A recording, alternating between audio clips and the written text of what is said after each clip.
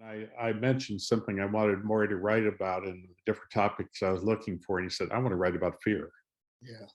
He said, that was huge in my life. And I said, mine too. So when he wrote it up, it was like telling my story. And this included things like the close of probation and not knowing whether you were going to be saved. The uncertainty of salvation, Maury, was a huge one to me. Yeah. You could never know if you were saved or not. Huge in my life. I mean, just going through a day by day, wondering, has probation already closed and I'm not saved? I'm telling these stories rather calmly, but in my heart, Maury, I'm furious about them. Right. It was abuse, and I want to say that now in my older years and admit it was the case. So I'm going to start out by giving you a couple of, I'm going to have a prayer, and then I'm going to give you all a couple of instructions. And then, Maury, I'm going to turn it over to you. And I'm really hoping that we can spend most of our time today talking, because I know every time I put up stories like this, people come out of the woodwork to say, yeah, that was my experience too. And we need to share these experiences and talk about them. All right. Let me just begin just with some brief remarks of introduction. First, I want to thank you, Lauren. I want to thank Adventist Today for its work of pastoral formation in this community that needs it so much. I value being able to join when I can, and I hate when I have to miss it. I think of the presenters and the kind of relationships or interactions or how we have engaged with each other. Dr. Washburn, her and her husband came and pastored in the associate position, a church that I had pastored in the associate position. That's how I first got to meet her. And we've been on panels, and she's an excellent thinker. So I hate that I missed her last week, but I had another engagement. And I also want to just acknowledge Dr. Bill Johnston and the wonderful class that I took in seminary, where he really opened me up to a new relationship to engaging with the law and covenant law and Sabbath, and has just been a model mentor. And Tanisha Kurt, one of my former students and a colleague and teacher of mine in many ways as I listened to her, and many others of you. So I want to say thank you. I also want to frame this. You might have read the article in Adventist Today, either with the print journal or what was posted online. And I want to start by saying my relationship with my father and mother is very sound, one of reverence. I mean, really profound reverence. And yet, a part of my appreciation of them is recognizing the context that they also came from. So let me put some framework behind it. I am one of those few generations that really shouldn't be as young as I am able to say this, but my great-grandfather was 12 years old living in Louisiana when Abraham Lincoln emancipated the American captivity. He had 20 children, and my grandmother was his youngest daughter. She had 6 children, and my father was one of them.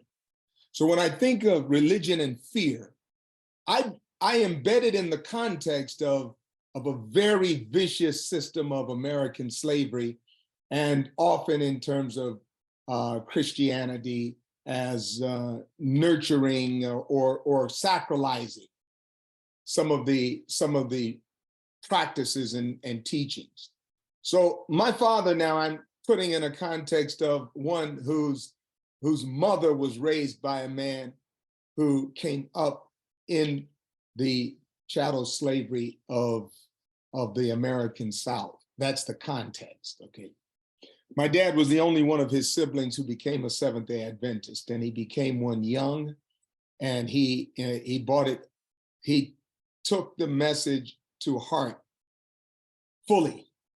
He moved our family from Los Angeles. He had moved from Louisiana to Los Angeles at 18, and in his early 20s became an Adventist Christian. It deepened his walk with Christ. He was a Baptist, and my mother was a Methodist in the Colored Methodist Episcopal Church, not the African Methodist Episcopal Church, which are two separate denominations. The CME is much younger. It actually was organized by the former masters of the Methodists in the South, and the AME is a denomination older than actually the U.S. as a nation. So they came out of that context, but they both became Adventist Christians, and their walk with Christ did deepen. But also a lot of the toxic elements of Adventist Christian faith, particularly with respect to this fear, became a part of their formation and subsequently a part of mine. We moved out of Los Angeles to the desert. I don't know, Lauren, if this was a part of your family devotion, but a part of our family devotion was to read Fox's Book of Martyrs. Now, imagine reading some of those harrowing stories right before you go to bed at night. My father, he had nightly worships and morning worships with my brothers and I, who we went to work with him. But he moved from Los Angeles to Lancaster, California, because Ellen White said you should move out of the cities, and he wanted to be faithful. So I tell some of those stories, but I tell, and I quote, and that quote is not in here, but in this PowerPoint presentation, it is in the article where Ellen White says that there will come a time at the end when we will have to stand in the presence of a holy God without a mediator. And I tell how that night was probably where I was just overwhelmed with the gloom of sorrow, because out of 6 siblings, I knew I was probably the only one who cared enough to take this serious. And I thought, my siblings don't understand how serious this is. And if Christ comes, I can just imagine some of them not making it to heaven. And so immediately I remember praying that night, God, if I live a holy life, would you save my siblings and just burn me in hell? So I had this Messiah complex early on. All right, so moving beyond fear, and that's what I want to kind of focus on, moving beyond fear, power, love, and a sound mind. Let's see, how do you advance? You should advance. Maybe I'll hit that button. Okay. 2 Timothy 1:6-7 says, for this reason I remind you to rekindle the gift of God that is within you through the laying on of my hands, for God has not given us the spirit of fear or a spirit of cowardice, but rather a spirit of power and of love and of self-discipline.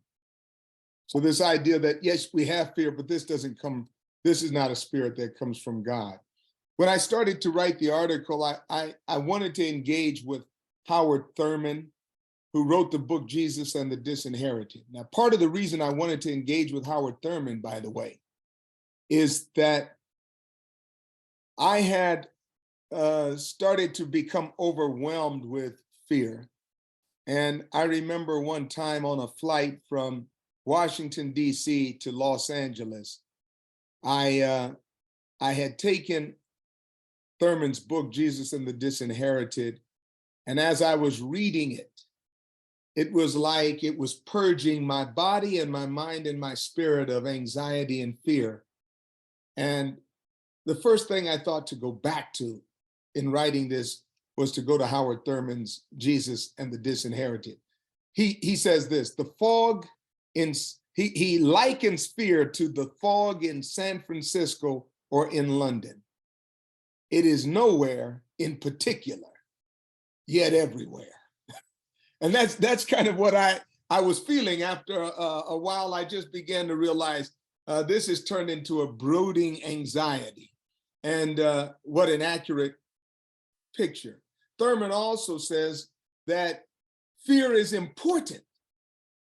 It becomes the safety device with which the oppressed surround themselves in order to give some measure of protection from complete nervous collapse. So we have fear in part because we are created in ways that we learn how to exercise it for our survival and use it. And we can do it in that way, and that's a good thing. But then Thurman goes, but this fear, which served originally as a safety device, a kind of protective mechanism for the weak, finally becomes death for the self. The power that saves turns executioner. And I know what that kind of fear is like. I also put in context, as I was thinking about I thought about William James. And William James, he, in his book, The Varieties of Religious Experience, he talks about a sick-minded religion and a healthy-minded religion. And part of the ways in which he was trying to isolate those who had real religious experiences, he needed to kind of have a model for why we could take their religious experience seriously. And for him, one of the ways to do that was to ask, were these folks who had religious experiences that are well known, were they looked at in their community as sick-minded or healthy-minded? And so if you look at a Moses is definitely not a sick-minded person. He's leading a people who are all entrusting their lives in his hands, and they see him as the center of their community. So if Moses reports a religious experience, probably we should take that report serious.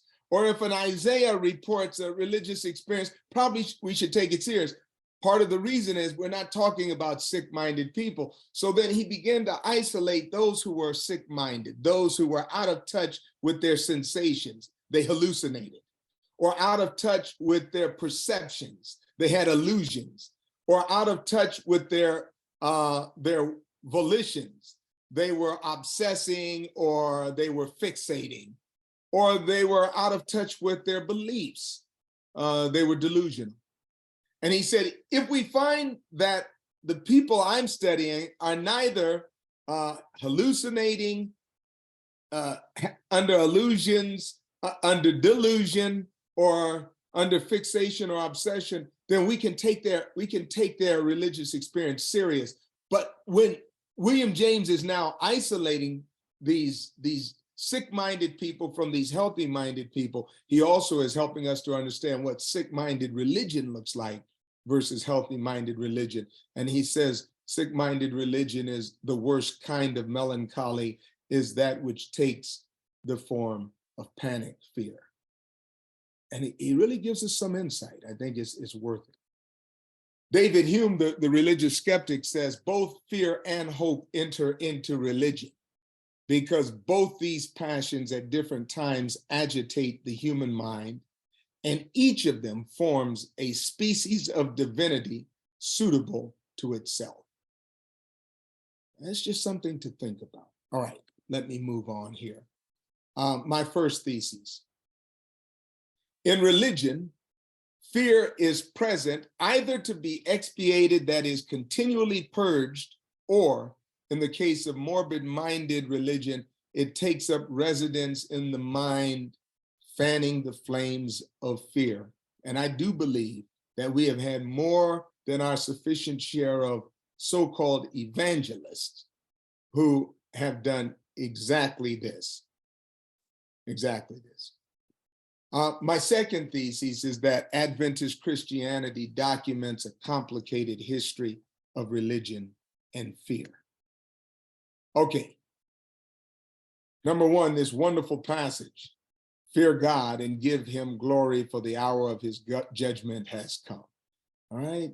that word fear, although it could have a sense of awe or something else, it seems to have taken on the worst of its connotations oftentimes in the evangelist work. The earth's final warning, you've heard that. We're at the earth's final warning. The kind of materials that we have tried to propagate in our Adventist book centers stoke the flames of fear too often. And Lauren has helped to move in the other direction by asking, is probation about to close in his article, and helping us to see what these kinds of and it's an antidote really to the kind of fear we've all been under. So two things I'm pointing out that I think can actually help us kind of get out of this, to have an antidote in scripture. Take Paul's method. When you look at a lot of the letters of the Apostle Paul, he spends a long time building a theological argument that I think makes one point and one point only.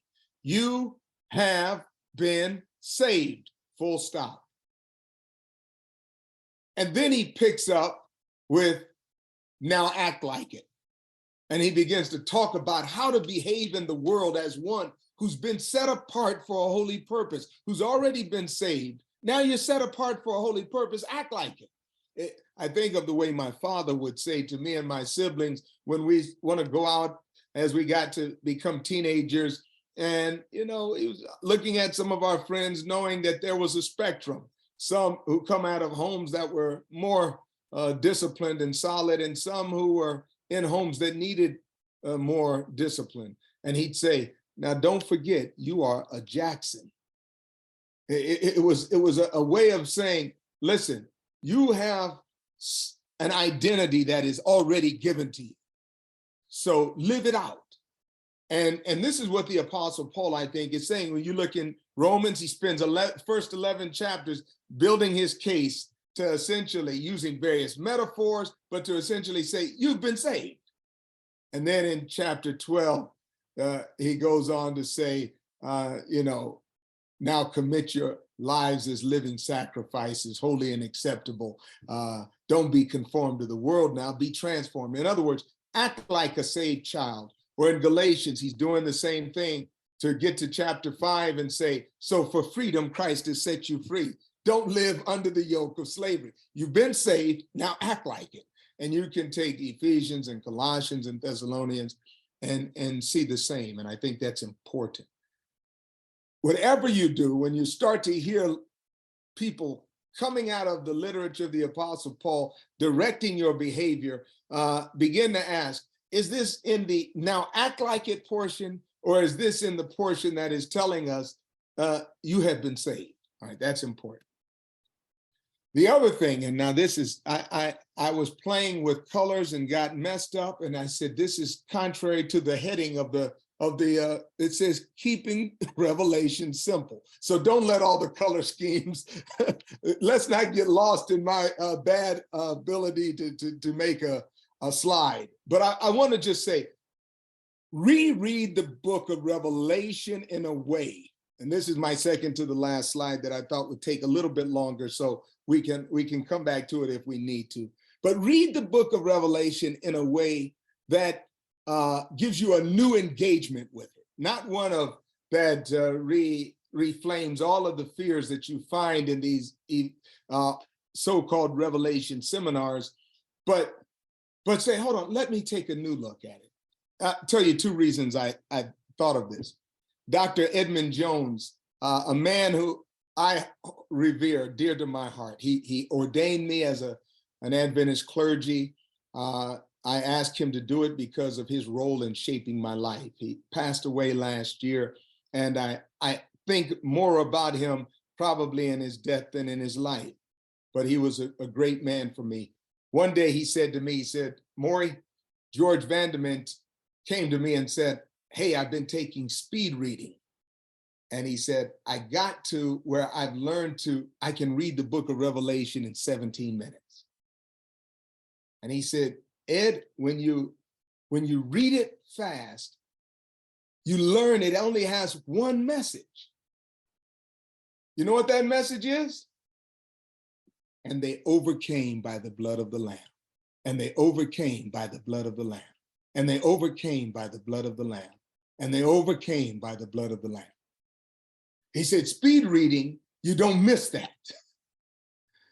Oftentimes, we have someone presenting who's lost in the forest trying to point out the flora and fauna, and we miss the forest for the trees. So when you go to the book of Revelation, get the aerial view. I find it helpful. I have a book I have read by Hendrickson entitled More Than Conquerors. I've read a lot of books in Revelation. Many have been helpful. I'm sorry, my cuckoo clock is going off now, so if you hear it in the back. But none have been more helpful than Hendrickson's book, More Than Conquerors, for my own spiritual psyche. And here's the way he does it. The proposition. The book of Revelation consists of 7 sections. They are parallel. So I tried to put each section stacked right up on top of the other. They are parallel. Each spans the entire new dispensation. So in other words, each of the sections starts at the first coming and then goes all the way to the end. So let's look at what I tried to kind of extract from him. That in each of these sections, there's a scriptural scene, there's a visional commentary on that scene, there's a central image in the scene, and here's the key, there's only one message. So the book of Revelation has 7 messages. That's it. And there's only one imperative. And then he says, we really can divide the book this way. The first half, chapters 1 through 11, which are scenes 1, 2, and 3. It's about the church and the world. The struggle on earth, the church persecuted by the world, the church is avenged, protected, and victorious. That's what your first 11 chapters are doing. Let's look at it scene by scene. Scene 1 is chapters 1 through 3. What's the visional commentary? It's a commentary on Matthew 14 and Matthew 28:20. What's the central image? Christ is in the midst of 7 golden lampstands. This only has one message. You are the light of the world. And then, like the Apostle Paul, now act like it. Let your light shine. Have you thought of it that actually that's the only imperative of the first 3 chapters of Revelation? You're the light of the world, so let it shine. If there's any light left in the world, it is with the church. Simple.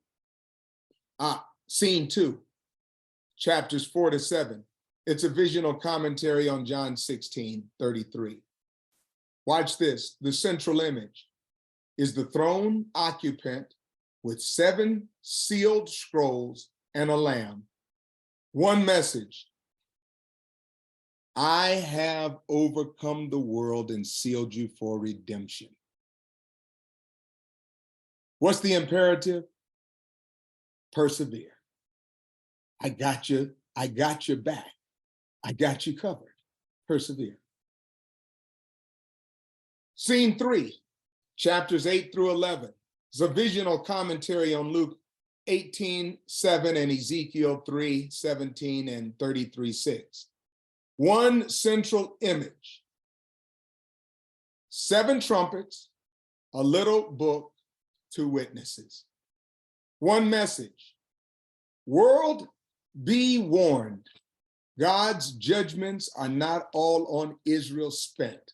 If you didn't learn the lessons of God's judgments on the people of Israel, you will learn it if you attack my people, my children, the church.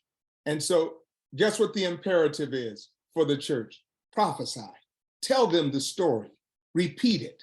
Let them understand that God's ways are redemptive and merciful, but God will punish those who victimize the innocent. So that's the first half of the book. Let your light shine, persevere, and prophesy. Second half of the book is not Christ, the church, and the world, but now it takes it to what you think is a challenge between the world and the church is really a cosmic challenge between Christ and the dragon. And so it's the deeper spiritual background.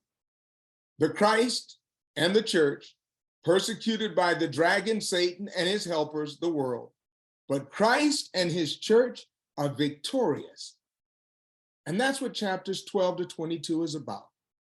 Scene 4 is the heart of it.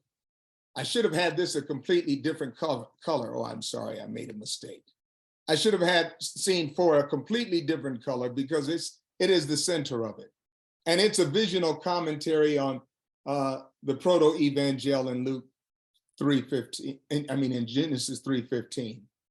I'll put enmity between you and the woman, between your seed and her seed, right? So what is the central image? The woman and the man-child, persecuted by the dragon and his helpers. One message: Mary's son will rule over governments, philosophy, and desire.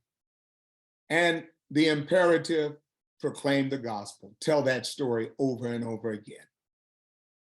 This is the heart of the whole letter, of the whole epistle, of the whole apocalypse, is that scene, chapters 12 to 14. It's not about fear. It's about a good news about a victorious, redeeming Messiah. Scene 5 is chapters 15 to 16. It's a visional commentary of Romans 2:5 and Exodus 14:15. Its central image is 7 bowls of wrath. The one message is the judgments of the Lord are true and righteous altogether. And so guess what our role is to do? To intercede, to pray. Scene 6, chapter 17 to 19, 1 John, it's a visional commentary on 1 John 2:17. It's the fall of Babylon, the beast, and the false prophet. That's what the central image is about. And one message, and we should not forget this: the world passes away, and with it, the lusts. One imperative: bear witness. Be an embodied witness, be a vocal witness. And the final scene, chapters 20 to 22, Romans 8:37 and Jude 6, that's the scriptures that the vision is a commentary on. And the central image is the devil's dungeon and the New Jerusalem. And one message: the universe's future is the church's present. Essentially, the church lives both in the future, in the eschaton, and in the present. It is realized in the eschaton, it is actualizing in history. And so the one imperative for us: live in hope. Live in hope. And we can live in hope because we have these promises that Christ always lives to make intercession, that the love of God is a sufficient motivator for our religious devotion. Perfect love casts out all fear, and that the kindness of God leads us to repentance. All right, that's where I am. That's all I have to say. We can open it up for conversation and questions. That was very interesting. Maury, I'm wondering, do you, or maybe Dr. Johnston can answer this, how did Revelation, was there any controversy about including Revelation in the Bible? How did it get included when it was so entirely different from the Gospels and the epistles? it has always seemed to me a rather odd addition, tacked on the end. And to be honest, I've studied it, and I just can't get a grasp on it enough to make a lot of sense out of it. I've heard that there were scholars through the ages that just didn't think that Revelation did belong. Have you heard that? I have heard it. I'm interested if Dr. Johnston may have something to say that might be more important, but yeah, I've heard that. I've heard it had a tough time getting into the original canon. Now, there were discussions about that in church history classes. I think I've even read authors who've made that point, and that Martin Luther had a challenge getting it into his own canon, kind of the one we follow today. I find Adventist, toward the end of my ministry, I had a group that wanted to study Revelation thoroughly. So I did something that was a little bit against my inclinations, but I went ahead and pulled out Uriah Smith. Well, that should be interesting. Uriah Smith is sort of the last word for Adventists on Revelation. And we went through it, and I just found over and over again that the explanations were terribly strained. Right. They just didn't mean a lot to me. He tried very hard to make the historicist point, but I mean, really, to have to end up the times and a half a time prophecy at some obscure event in the French Revolution just didn't mean a lot to me. I don't know. I'm clicking here on Dr. Johnston to ask him to unmute, but he may not be on right now. Got you. Yeah, my experience was very similar. I was just telling the story before folks came on about I grew up way out in the country in North Dakota, and my family took quite a bit of pride in the fact that they were safer than other people in the time of trouble. That we're so far out, people weren't going to be able to get to us, and we had our own garden and we had our own cows, and there was some pride about that. But I do remember driving down the road. We had a neighbor about 3 or 4 miles down the road. Don't think we ever talked to him, but I remember commenting on how nice he kept his farm. Okay, I guess how Revelation got into the canon. Yes, that's helpful to know. What can you share, Doc? It was never questioned as much as some other things were. Really? I can't remember. There was some question about it, but it wasn't. I think Hebrews and Jude, particularly 2 Peter, were much more controversial. Gotcha. I suppose the reason for Revelation being accepted was a tract for the times. It spoke to the situation that the Christians were facing then. Ah, got you. Did not Martin Luther have a problem though? He did. He did. He had a problem with Revelation and James. James, right. Okay. Thank you so much. Ed, I see that you have your hand up. Go ahead. And unmute, yes.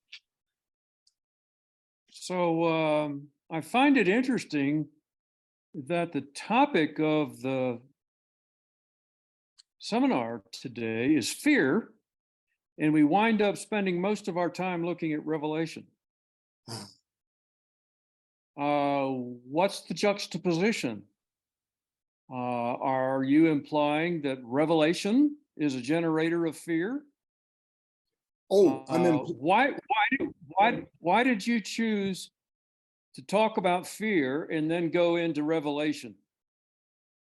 Is that a tacit admission that Revelation generates fear?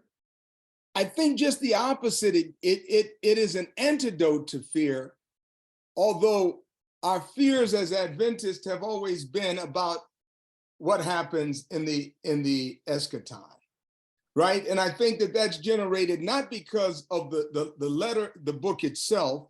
I think it's generated more because of a hermeneutical decision to take it as to take a historicist approach to interpreting it.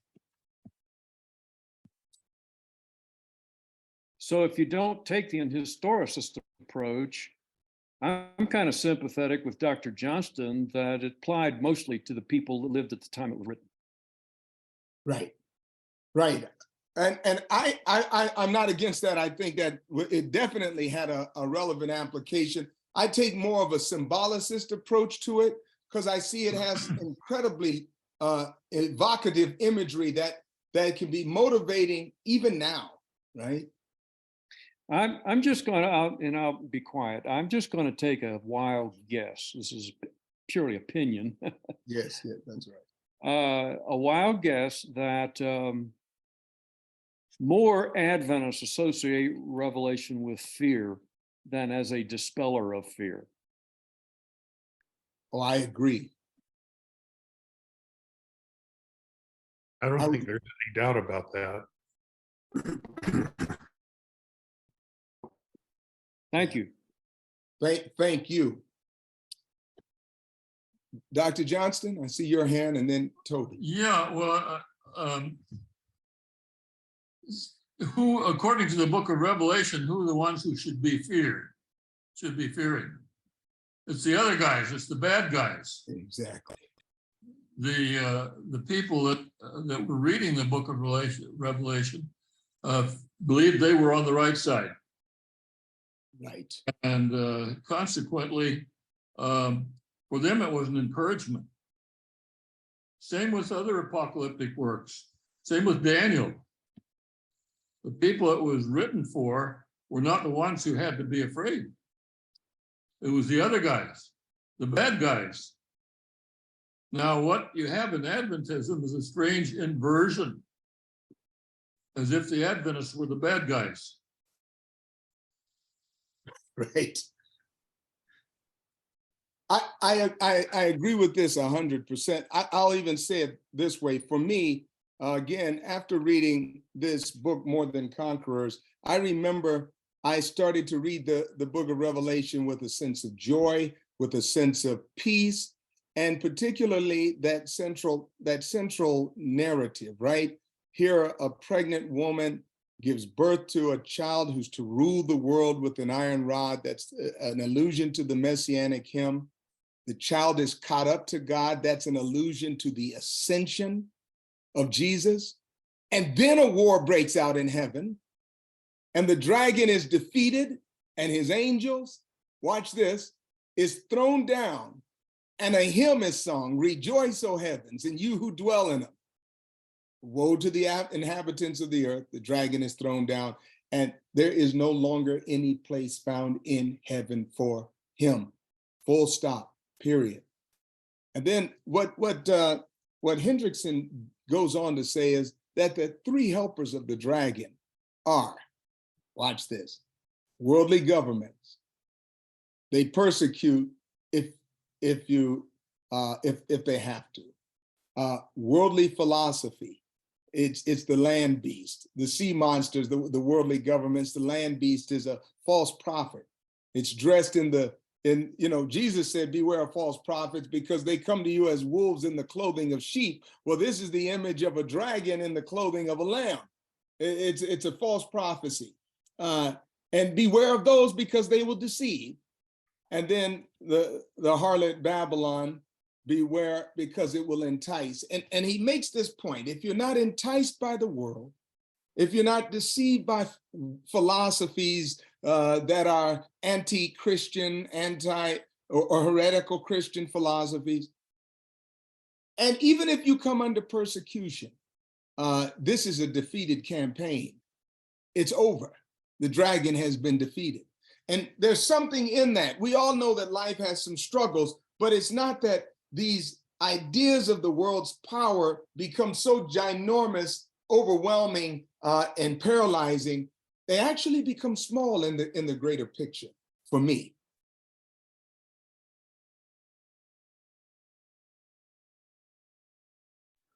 Yeah, thank you very much. I want to apologize to all of you for leaving you here. We're having a bit of a storm outside and our electricity keeps going off.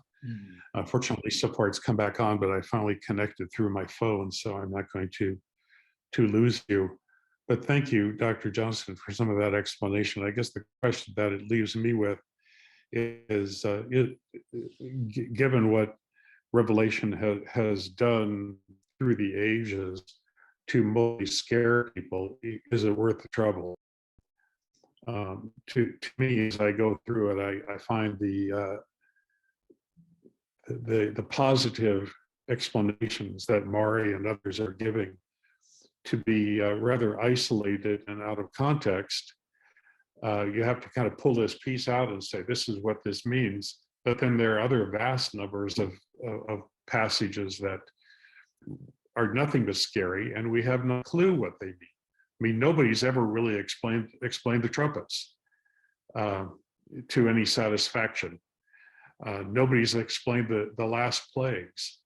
And none of it comes in any kind of sequence that makes sense to Adventists anyway. So I guess that's my way of saying I'm not a big fan of Revelation. I've found it has done more harm than good, at least in my life. Dr. Yorteg, it's your turn. You can call me Toby, thank you. We as Adventists have forgotten one group of texts that's really helpful. Romans 5 and 9. Having been justified by his blood, we are saved from wrath to him. It doesn't say death. Yes, wrath leads to death. But the point is we are saved from God's wrath. And with that, we have chapter 16, 17, and 18, and sort of in the last verse in chapter 19. We can almost at least exclude 3 chapters right away. And the second thing is, we have not understood when we Christians are supposed to meet our Lord in the clouds and start our way to heaven. And that's why we have the first part. I call it first part, Revelation 1 to 11.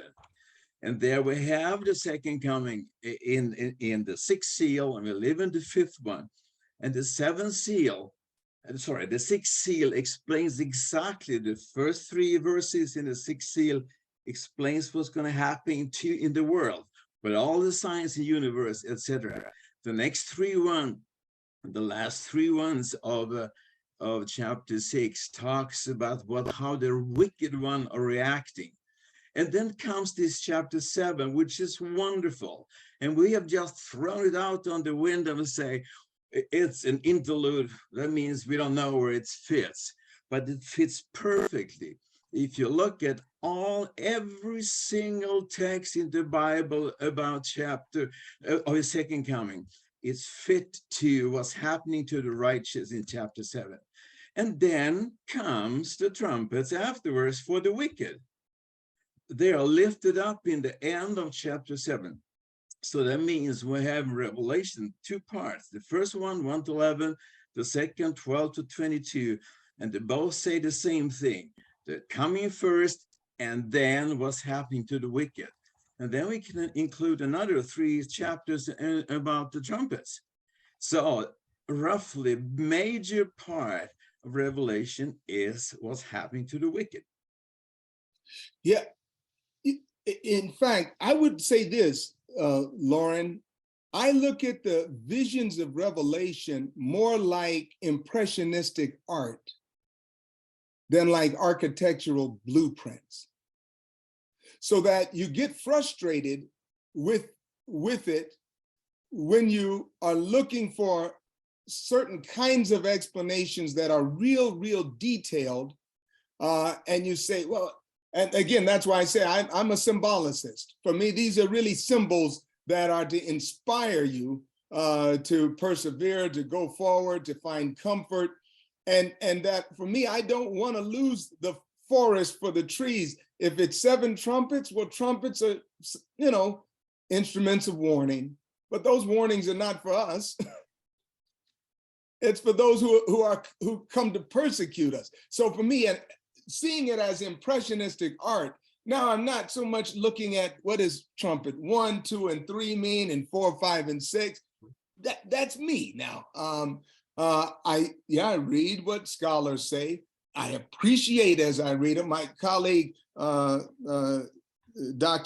Kendra Holoviak, her book on Revelation, you know, that was one of the first things I did was read through it when I came here and started working with her at La Sierra, and even endorsed her book. I love all of that.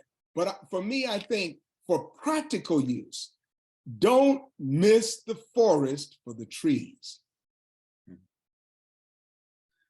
A last comment there. Sorry. Go ahead, Doctor. A last comment there. For example, how many Christians do not fear the battle of Armageddon? But that's the plague number 6. And we're not going to be around. That's nothing to fear about. If we just remember all these 5 texts in the Bible saying we are saved from, and that means we're meeting the Lord in the air before the plague start. Thank you. Thank you, Doc. I'm gonna pay closer attention to that. You've put 2 things in context for me to look at more carefully, and I appreciate that. You can look at my name if you look is to write it. Oh, you muted. Okay, let's go on to Linda Nottingham. Hi, Linda. Let me get you unmuted here. Mm-hmm. And by the way, Lauren, just real quick, if you can give me just permission to upload quickly. Some are asking in the chat directly to me private for the PowerPoint. I don't mind giving it to the whole class. Sure. Okay. Send it to me and I'll make it available. Okay. All right. Let me do that. Well, good morning. And Dr. Jackson, thank you for your remarks. As someone who has a really ancient degree in psychology, it strikes me that much of what you've been sharing with us and what some of your esteemed theological colleagues have been talking about are simply cognitive solutions to what is really an affective or an emotional problem. I can give you an example of what I mean, this whole idea of fear. I went to the mailbox the other day and there was a letter addressed to me from the IRS. And instantly, I viscerally felt the fear in my body, okay? Right. Even though I was not cognitive of the belief I had done anything wrong, but I felt it. And when I got in the house and, you know, opened it up, well, here was a small interest check for some slight overpayment of a tax deposit. So it was actually something good, all right? But my initial reaction to just seeing it there was highly visceral, highly emotional. And so having said that, the thing that I wanted to ask you about is that, you know, while the median age here, I suspect typically week by week is something north of 50, those of us who have experienced fear or who still do experience it, didn't just get that way by accident. Okay, something has happened to cause us to learn to develop this fear. And I would reference something actually in the Adult Sabbath School Quarterly for this week's lesson, where at the very bottom, when we're finally at the end of this miserable quarter on stewardship, which is a euphemism for give your money to the church, here's what it says at the bottom. I'm quoting it exactly. How are you going to fare when God comes to settle accounts with you? That feels like an IRS audit, is what that feels like. And so my question is this: why is it, because I think we all know it's true, that our institutional denomination weaves the whole notion of fear, of the inability to accept one's salvation, guilt, apprehension, all of those things, perfection, not being good enough, are woven into the materials that we read, for those who read them, in such a way that it fuels this fear. Why is it that the institutional church wants us to be afraid? And they must, because their printed materials that are disseminated to all of us do just that. Wow. Wow, that's a good point. You know, I just was reading in our chats, Linda, and Ed Reifsender wrote, he said, I think we're missing the point if we talk about fear in terms of the Bible rather than fear as it has been used by the Adventist Church. And I think he's making a good point. Maybe we're on the wrong track. We're trying to assure people that the Bible isn't as fearful as people say it is, but the church, as Linda said, is very much devoted to using fear. And Maury and I have talked about that, the fact that the evangelistic meetings were designed around fear, were they not? You know, I don't want to take too much time, but I have to say this, that I'm interested now to see what Linda's thoughts are about this. Namely, how much an organizing mythology itself can constitute folk into forming them into a faith tradition that uses fear. And here's what I mean by that. I think of Ellen White's story in the story of redemption. Now, I tell that story to students, right? That heaven has a battle and throws a bad angel out and lets them roam. I said, now imagine if you walk into the house, your house, with your children, your little children, and you and your spouse walk into your bedroom and find a burglar, and you fight the burglar out of your room and close the door and let him run through the house knowing you have children there. I mean, that's the theology in the story of redemption. This is not like God having God's best angel placed in a garden to nurture a couple, and the angel goes rogue. But it's God knew that this was a rogue. Now, I wonder to the degree that extra biblical articulation has taken deep root and formed its way, not just in our psyches, but in the way in which we engage scripture and engage the proclamation in each other. I don't know. But that sounds like you're suggesting that notwithstanding what we've been told about and through scripture, that perhaps we should not have confidence in it, if we're a petri dish after all.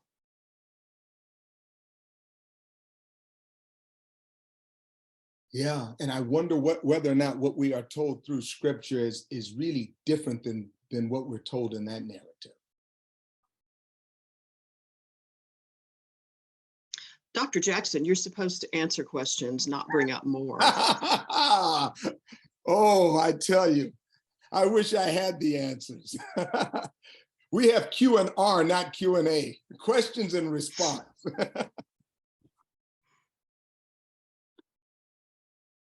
Lauren, you're muted still. Okay. We have Olive Hemmings here to join the conversation. Welcome, Dr. Hemmings. Thank you. Hi, Maury. Good How to are see you? you. Always good to hear from you. It's always good to hear you. Yes. Thank you. So like Linda, I want to go back to your preamble about fear. And this is what I'd like you to perhaps develop in answering question. To what extent is religion a progenitor of fear? Why is it built on fear? What is the purpose of it? How has that worked out in the world, in human history? How is that working out now in American society? How is that working out now in Seventh-day Adventism?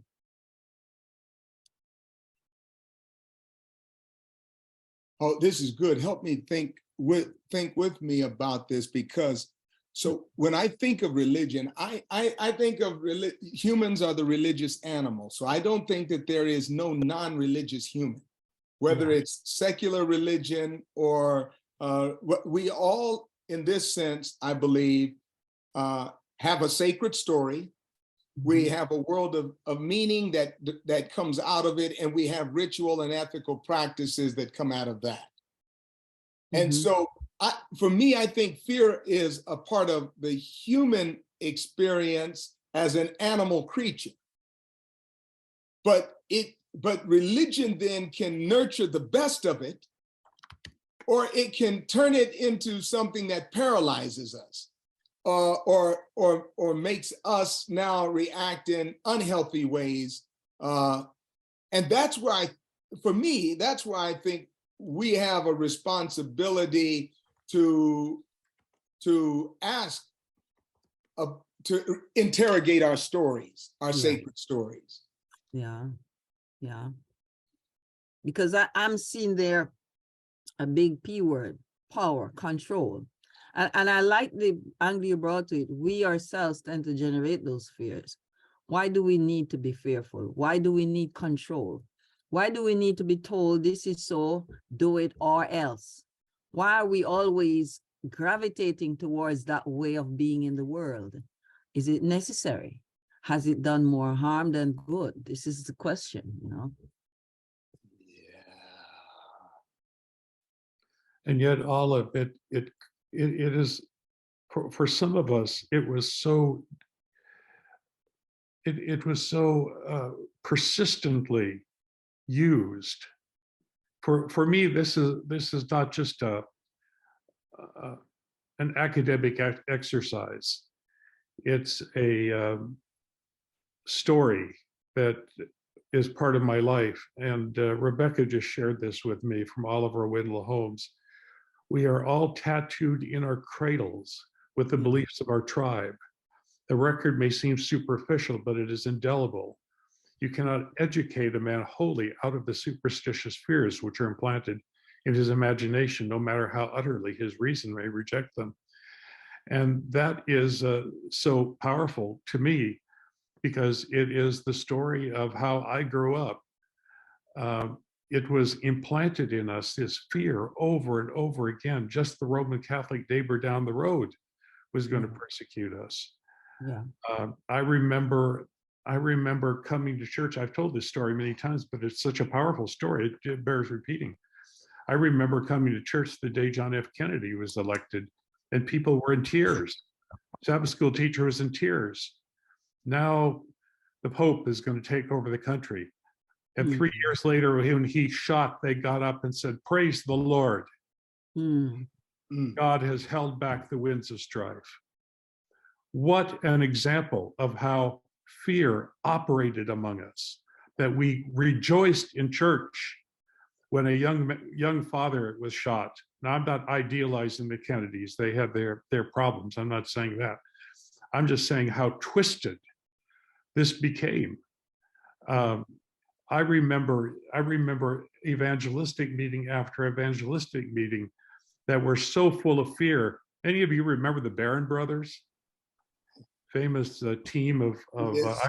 I remember Dick Barron standing up and saying at camp meetings, saying, "Just last week, I made this call after I told them what was going to happen in the world. And I made this call. And there was a man right down in front there who wanted to come and he wouldn't.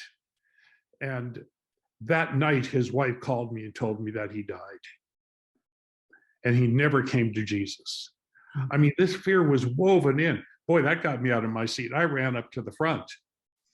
And, this was not the first time I'd given my heart to Jesus so many times, but this fear was used so powerfully to manipulate us.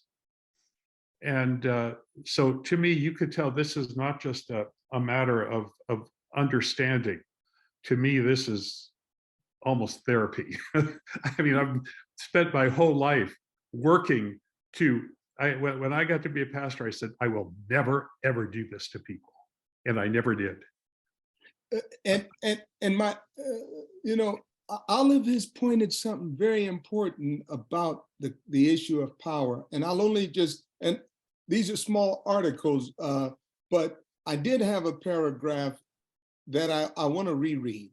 The good news for those traumatized by fear is found in the doctrine of incarnation, by which I mean not quibbling over the metaphysical nature of a God-man, but learning from the gospel story how God in Christ models the relationship of the powerful to the powerless, the strong to the weak, the controllers to the controlled. God in Christ models and disorients the distorted power relationships that dwell at the root of fear. And I really believe that that's the question to ask. How do we practice the doctrine of incarnation in our daily lives? How do we take such a wonderful story and make it live out? And that's a responsibility that the powerful really have to think about. Yeah. And there are some simple answers to that practically. Pastors who don't want to be associated with certain issues or certain people because they're afraid that their jobs will be lost. When Jesus says, if you want to be my disciple, take up the cross and follow, it wasn't a call to become a Christian. He wasn't a Christian. It was a call to put away your fears and begin now to fight for the dignity and the rights of your fellow human beings, because that is why they executed Jesus.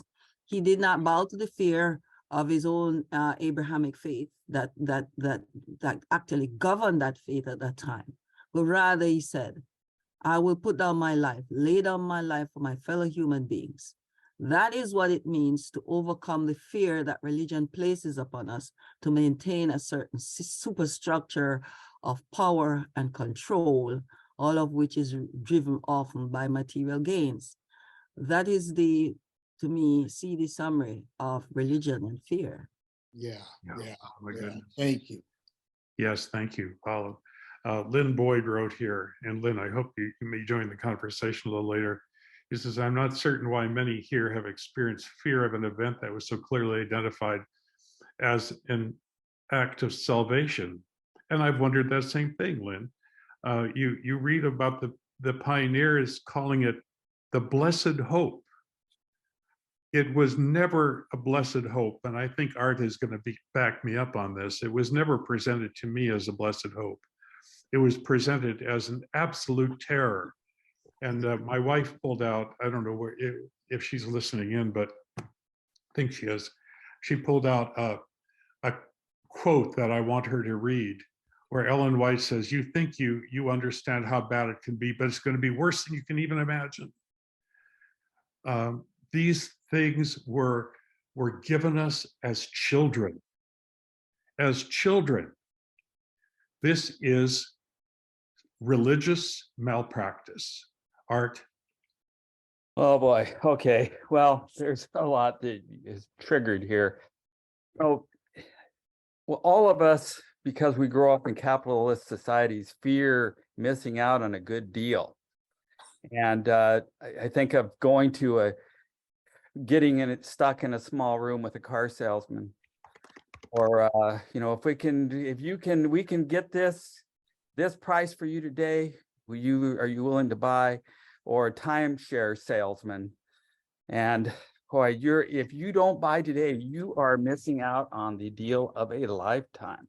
I recall when I worked for a brief time as a call porter, we were taught to lie to people about this big family Bible being available if you buy today.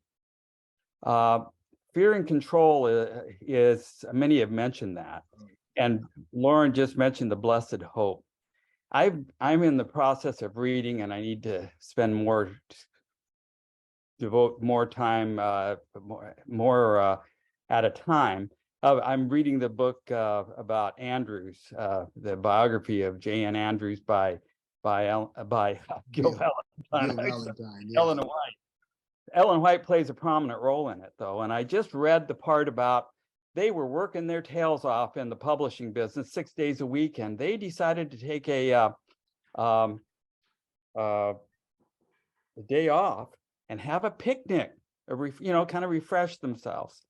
And one of the things that both Andrews, I think it was, and Ellen White mentioned is they were relieved about how it went because they didn't have any fun, and they actually used that term. There was no fun and no frivolity and no joking. I'm thinking, wow, what a twisted view. Their blessed hope that I'm reading about was nothing, there was nothing blessed about it, and there was nothing hopeful about it. It was scary, and they were afraid of roasting. Now, one of the things I must say that I appreciate about the church I grew up in At least we didn't believe in eternal conscious torment. But Ellen White in The Great Controversy tells us that that we will literally burn. None of this just separation from God business. You will burn, and Satan will burn the longest. You'll burn enough to kind of take care of your sins, and Satan, because he's more sinful than everybody else, burns the longest. Yeah, according to your sins. Yes, exactly. And Lauren mentioned about the barons, and it wasn't just them. I heard so many times, and including in my academy, we need to turn to Jesus because probation might end for you tonight. That may be it. And Lauren mentioned about how frightened they were about John Kennedy being elected, and I remember that very well too. But I think of a more recent event where we were in a Sabbath school class and the Pope had been shot that week. And one woman, thinking she was being really broad-minded, said, my children were laughing about the Pope being shot. We need to remember he's a human being. Now, we know who he is, but we do need to remember that he's a human being. I'm thinking about maybe what I need to do is when I do eventually retire is become a salesman of some kind, whether shoe salesman or car salesman or maybe timeshares. But I'm just having difficulty figuring out how I can adapt with every head bowed and every eye closed and the strains of just as I am, to somehow work that out, to incorporate it into the pitch.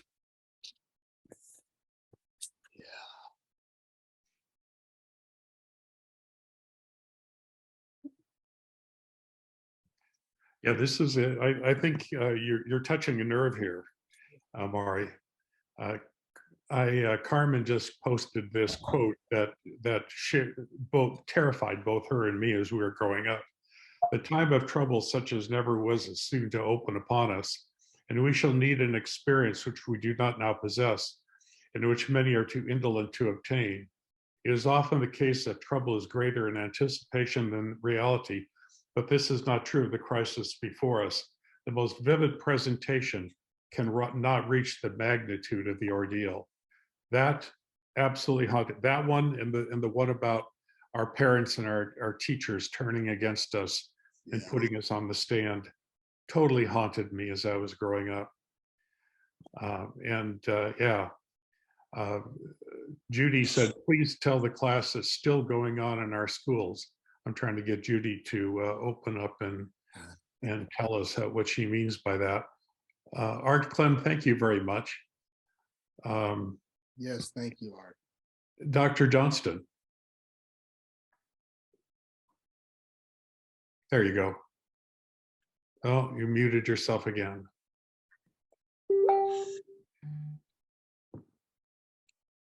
There you Okay, go. all right. Thank you so much, Dr. Johnson. The capacity for fear is not a bad thing. We wouldn't survive without it. The dodo bird is extinct because it had lost the capacity for fear. But there's rational fear and there's irrational fear.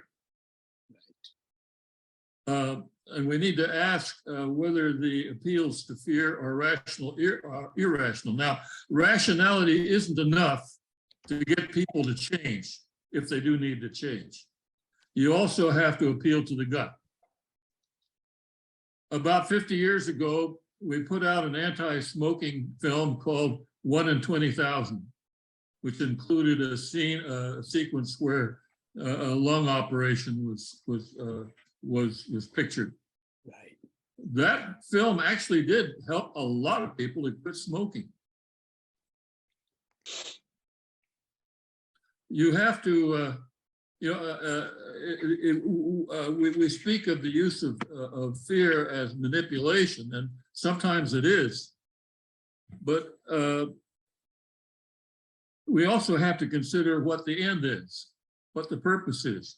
Not that the end always justifies the means. But again, I say, without fear, none of us would survive.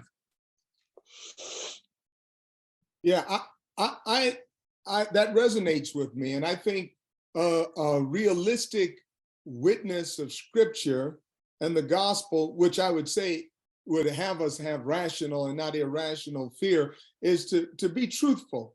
there's good news in the bad news, and there's bad news in the good news. This is why we speak of sin as a pleasure for a season.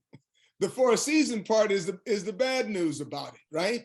And in the same way, so I think the uniqueness of the way so much has constituted within our communion of Christian faith as Adventists has been not so much rooted in the reasonable witness of Scripture, but I think it's been rooted more in our extra biblical narratives and stories that have moved us to what I would say is irrational fear for one who would believe that we are children of the Creator God.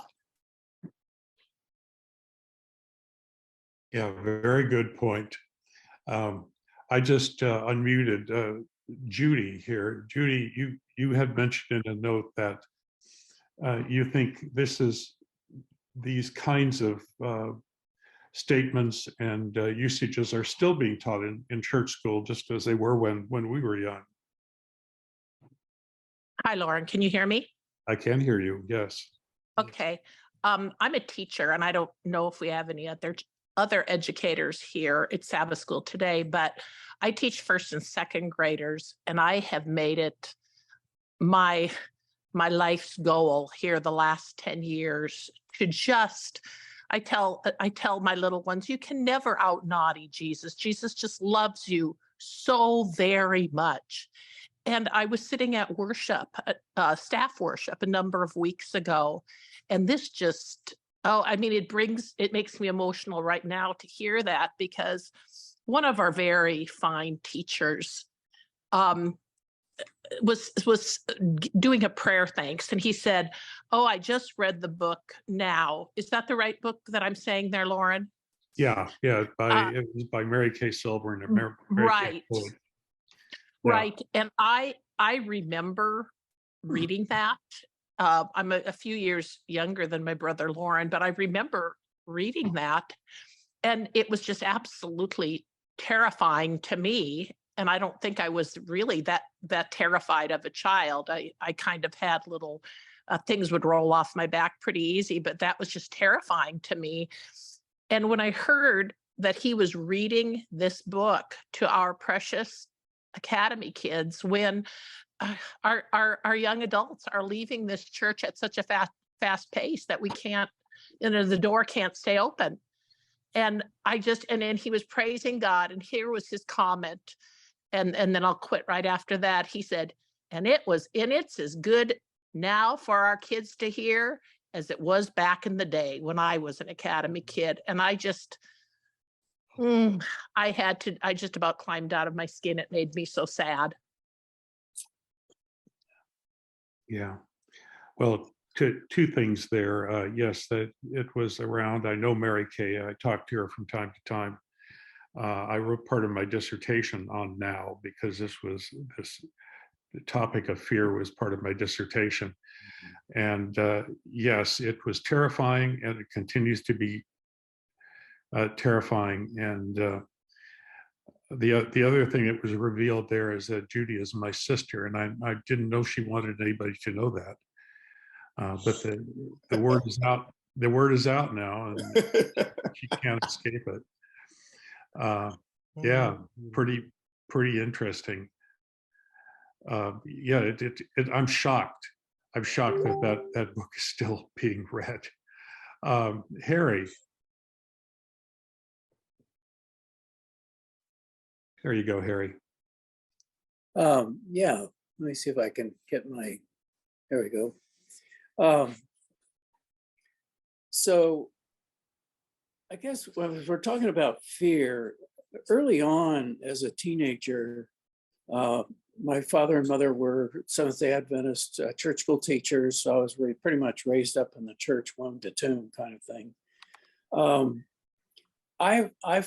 I realized I could never be afraid enough to be good. So fear for me didn't count. If I was going to, so every time the church talked about fear, I just kind of waved it off. what I did say to God was, I can never be afraid enough to be good, so I need a desire to be good. And so that was my prayer, hoping that he would do that. And then when it came to studying Daniel and Revelation, when I was in college, they handed out, or they sold the little Daniel and Revelation combo commentary, a little abbreviated version of the commentary. And so that was pretty much our Bible while we were going through seminary, or going through CUC in the theology department. And it says I'm on low battery here, so I'm gonna go plug this in.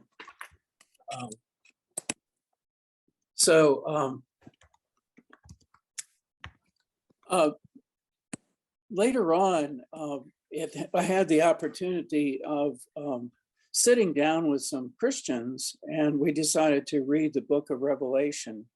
And we got they showed up with the book had 4 views of Revelation. And I thought, oh boy, we're in for it now. And I got out my little Adventist summary commentary.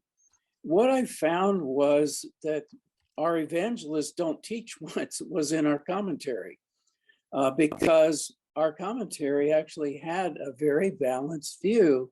It said, yes, there's a historicist view, but then there's this view, and then there's that view. And when we sat down and I read my little commentary and they read their 4 views, we didn't really have that big of a conflict. And we strolled through Revelation, looking at the images. Sometimes we'd get out the Dürer pictures, and sometimes we'd look at the modern pictures of Revelation. Sometimes we'd listen to just somebody reading Revelation. And I think Maury, he mentioned that he looks at it as kind of a symbolist. But we basically were able to read through it and just see the power of God, his victory, his mastery and his plan of total redemption. And we spent 1.5 years strolling through Revelation with this rather positive, letting things flow, letting things be imagery, letting things be uncertain, but watching for what God was doing in those verses. And we didn't come up with the 7 messages, but we did come up with God and his greatness and power. And we looked for how that was providing us confidence and hope. It was the most marvelous 1.5 years of hanging out with Revelation. I was totally surprised.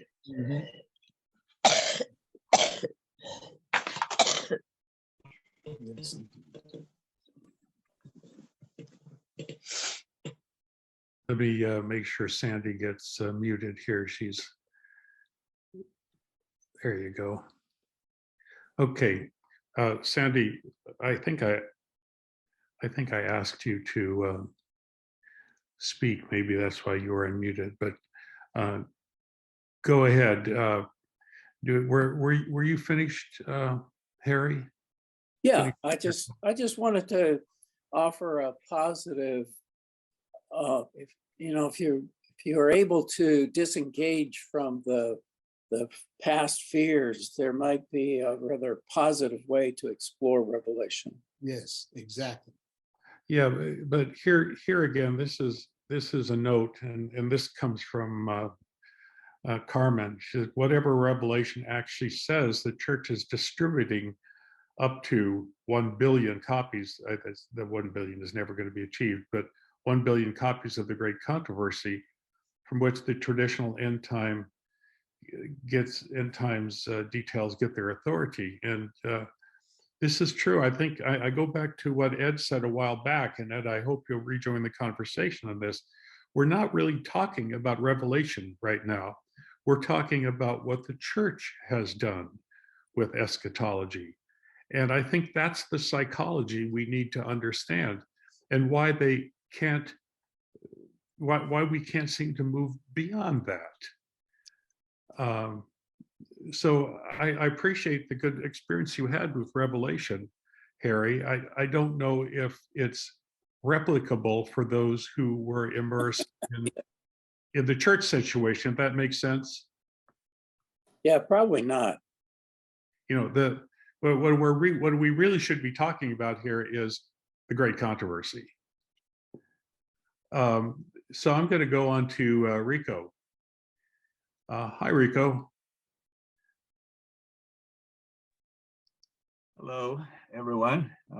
As I'm listening in on today's discussion and last week's about recovering from trauma, religious trauma, the part that I'm enjoying and being blessed the most is the opportunity to hear your stories of the trauma of various things. I find myself resonating it much more than a discussion of theology. Something interesting that's happened in the last 3 or 4 years of my life is that I've become close in a men's group with several Catholic people, several Catholic men, close enough, in fact, that I have talked about my fear and shared about my fear of Catholics from my religious Adventist background, upbringing with them. And one man that we took a hike together in several hours on an early morning and just kind of talked from our hearts. And I told him, you know, this is how I was raised. I was, you know, to be terrified of Catholics and what they're going to do to us and how they're going to force us to work on Sunday. And he was just really curious. He was like, wow, that's really, really interesting. And then he said, you know, my grandma, who lived in Mexico and was raised Catholic, she had those same kind of fears that other people, whether it was the state or other Christians, were going to come and force her, that she wouldn't be able to take Holy Communion and stuff. And he's like, yeah, she had the same feelings and resonated with what you're describing that you are.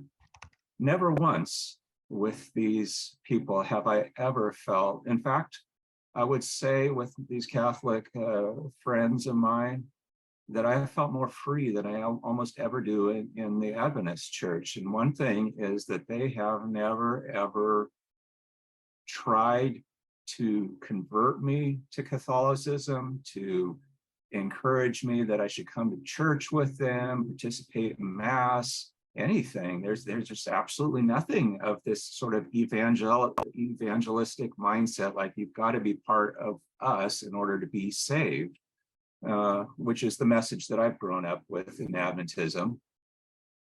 So yeah, that has really opened my eyes to other possibilities of experience. My biggest area of trauma, which somebody else referenced either in the comments or such, was with what happened. It was the Adventist view of the second death. And I remember my academy class, my Bible teacher, talking about that and referencing a great controversy where Ellen White says some will suffer longer than others. And he adding in, you know, you're punished as long as your sins diverge, as long as your sins diverge. And I didn't know for myself if that's any better than an ever burning hell, because if I'm hating God while he's tormenting me and burning me as long as my sins, then I'm sinning more. It almost felt like it could turn into an ever burning hell. I would say that the fear of that kept me alive from suicide when I was a teenager, because I was so afraid that if I killed myself, I would be put into the lake of fire and I would have to burn as long, and, you know, I'd be raised back consciously and then have to be put in hellfire the Adventist hellfire and tortured as long as my sins deserved, with the statement from Ellen White that every sense of the suffering it's fully conscious suffering. And so, yeah, I was too scared to kill myself. Because of that, I don't know what would have happened if I had just believed, yes, I die, I die now, the first death, and that's it. And I never have to be raised and judged or anything in the future. So in that sense, was that a good thing? I don't know. It would have been a lot better to have a sense of God's love and peace that I found in other ways as I've gone through this journey of life. Wow. Wow. Lauren, I'd like to just make two brief comments. One is really kind of funny. I too remember that idea of not one. It was almost a motivator to get me to behave in this life, that even if you go to hell and burn, if you behave better in this life, then you won't burn as long in hell. Right. This is a very coercive and abusive use of this concept. And that wasn't the funny one. The funny one is we lived, I told you my father moved us out into the high desert in the Antelope Valley. And you could count the Black families on your hands in the 60s back there. And we had a new house built across the street. We lived in kind of country areas, so it was like, wow, I wonder who's going to move there. And it was a Black family moving from Pacoima. We were like, we have, and they had 4 daughters. We have friends, and we found out they were Catholic. Oh man! And they would go to mass on Sunday, and we'd go to church on Saturday. So they would come to our home and play after mass. And one time they came and we were playing jacks. And I remember asking Deborah, I said, Deborah, I knew we as Adventists, we couldn't listen to songs on the radio. They were bad. And Catholics were bad. And in my young mind, I made an association. So I said, what do you do at mass? And she said, oh, well, we sing songs. We listen to the priest preach a sermon. We take the mass. What's taking the mass? So that she explained, oh, that's communion. Oh, yeah, okay. And then I said, well, what kind of songs do you sing? And she said, Jesus, keep me near the cross. And she started naming hymns. I said, wait, we sing that in our church. And she said, well, what did you think we sang? I said, I thought you sang songs off the radio. And she goes, oh, I can imagine. I could just hear the priest say, Mary was a good woman. And the deacon stand up singing, she's a brick house, which was a popular Commodore song at the time. And I laughed about it and began to realize, wow, this entitled mythology around the horrendousness of Roman Catholics. Someone wrote in the chat about knowledge expunging fear, and that's true. I remember in seminary, I took Roman Catholic theology from Dr. Dene Fortain, and one of the books we had to read was a catechism of the Catholic Church. And when we got to, I'm going through the catechism and reading, when it got to the 2 Thessalonians, it talked about the man of sin needing to be revealed and the church coming under persecution. And I fell out laughing. I said, wow, so Catholics are using the same text to tell their members that there'll come a time when we're going to come under persecution. So this friend of yours, grandmother, had been well catechized.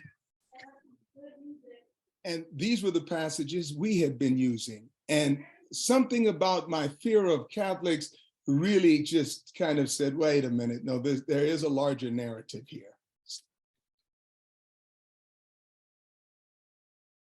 Rico, I really appreciate your honesty and your transparency in talking about this. Thank you so much. I had seen a good comment from Carl Lawrence, and I asked him if he'd join the conversation. Carl? There you go. Maury, I put my hand up some time ago And after that story, I find I have a hard act to follow. I have an interest in, I'll share my story, briefly, rather, of how the fear that was induced by the investigative judgment and the shut door, which demanded a certain kind of a behavior that I could not live up to. But how the fear that that those doctrines induced, how people dealt with it. I'll tell you briefly my story. And one of the things that happened was that I was able to physically move from the place where that those ideas were planted to a new place, but the ideas remained part of me. But at a certain point, I made a conscious decision. I had the choice of either leaving the church, just throwing out the ideas, or recasting the ideas to create a sort of a new form of Adventism for myself. And I chose the latter course. And in the process of trying to do that, I did something akin to the prayer that Jesus that Jesus prayed when he said, "Father, forgive them, for they know not what they do." And this is a way of sort of, being kindly towards the people who unknowingly,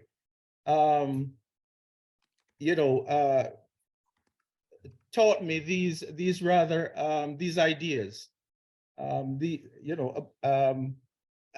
this view of Adventist Christianity.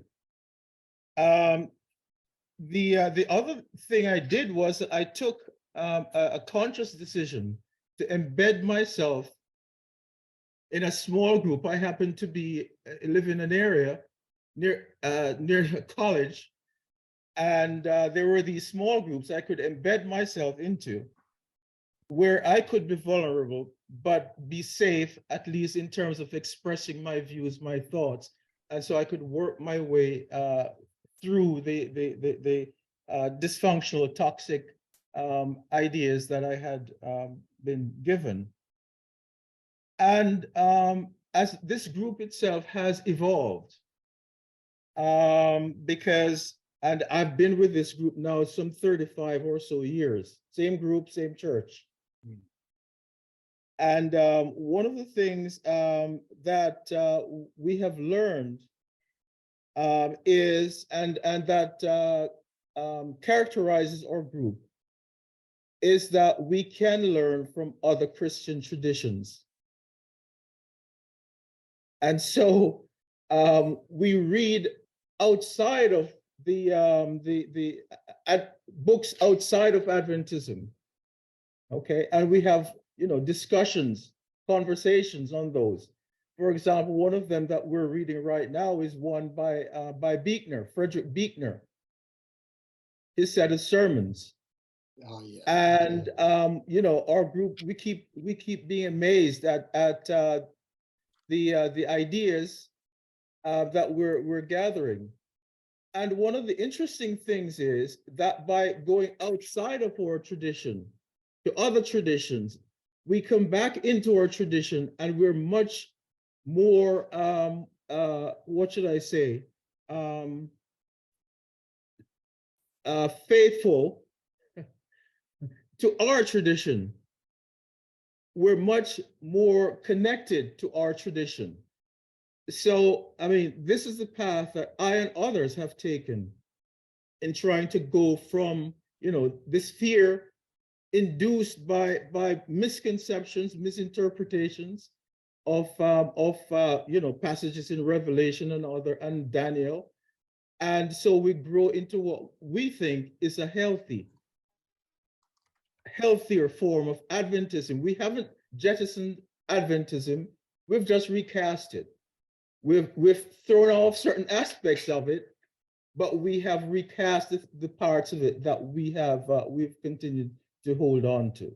So I don't know if that's an experience that others might have had, and I'm interested to hear other views on how they may have gone from fear to wherever they happen to be at this point.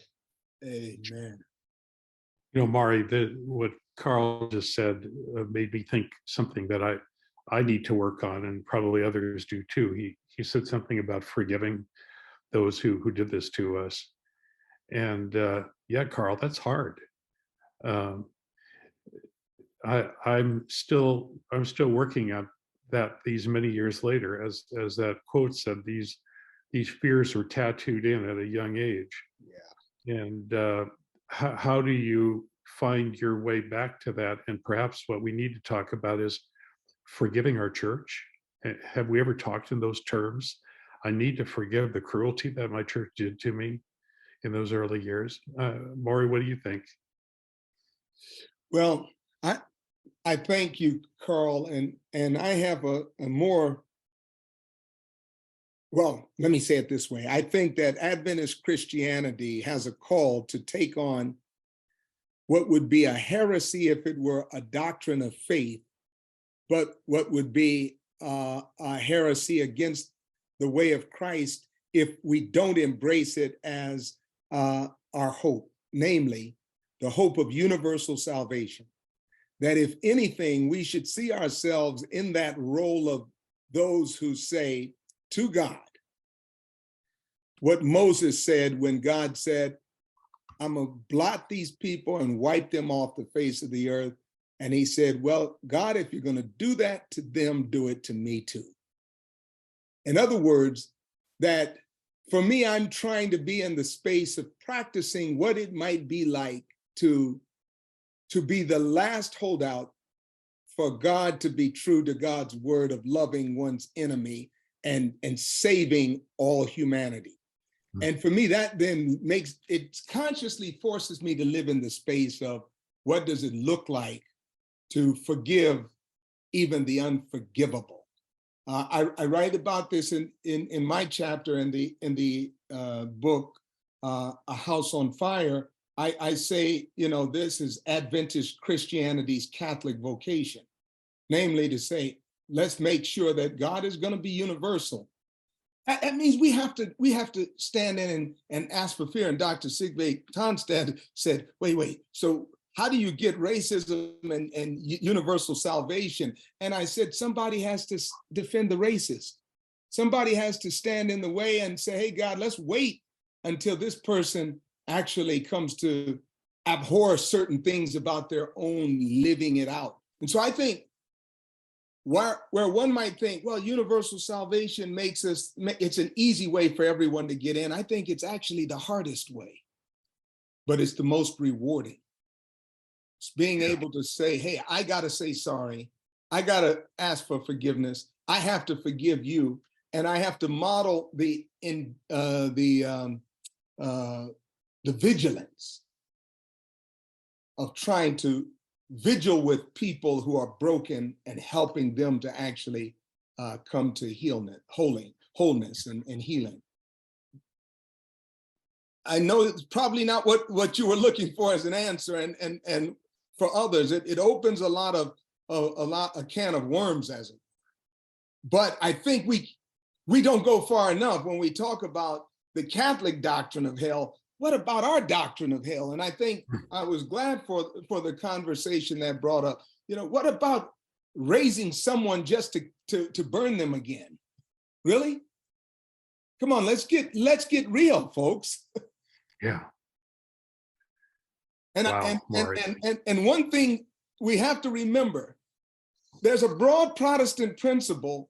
There's a Protestant principle of interpretation that unless there's broad-based biblical support, you shouldn't hold it as a doctrine. So the idea of a third coming and a resurrection just to be punitive, that's horrid. We have to rethink it. Yeah.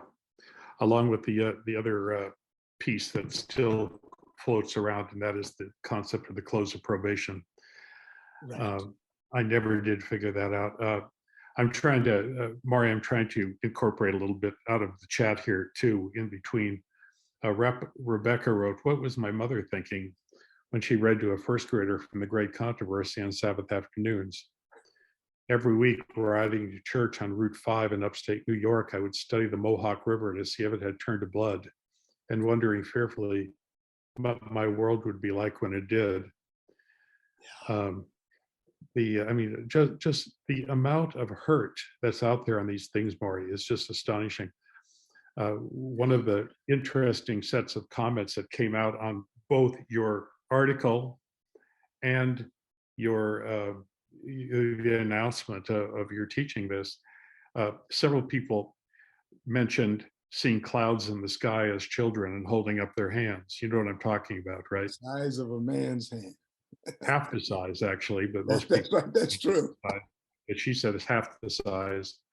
And oh my goodness, I just vividly remember that, and seeing clouds where the sun was shining out and rays behind them, and thinking, that's it, I'm done for. I'm not going to be ready. Well, my friend Jean Jarnes is here. Jeannie or Carolyn, please speak up. As I said, Carolyn is part of my history. Yeah, it still speaks to me. After, so I was as much a part of what was going on with my dad when you were there, Ben. Yeah, your dad was my pastor, and I mentioned to Carolyn, I said he was an extremely serious Adventist. Yeah. And you ask, what can we do to sort of erase these years, change these years of living in the Carolyn, you're kind of cutting in and out. Maybe it's that you're switching back and forth between the two views, and so I can't hear you. Your part of your voice keeps dropping out. Is that better? Yes, it is better. Thank you. So not long ago, I posted a picture that I somehow came across from our first and second grade classroom at the Adventist school that I went to. And the comments I got back were, "Thanks a lot, Jean. 30 years of therapy ruined in one picture." We had a abusive first and second grade teacher. And these kind of things that happened to us through that, she was just mean to a lot of the kids in the class, and was never taken out.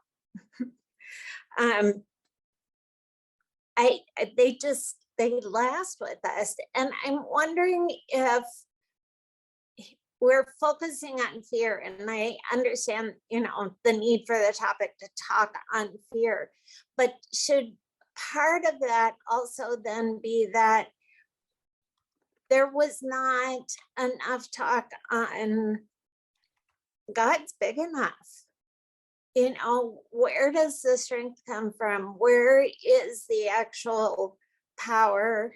That this is not, I mentioned to you, Lauren, that, yes, I lived for a long time feeling like I could never be good enough because Dad was all about perfection.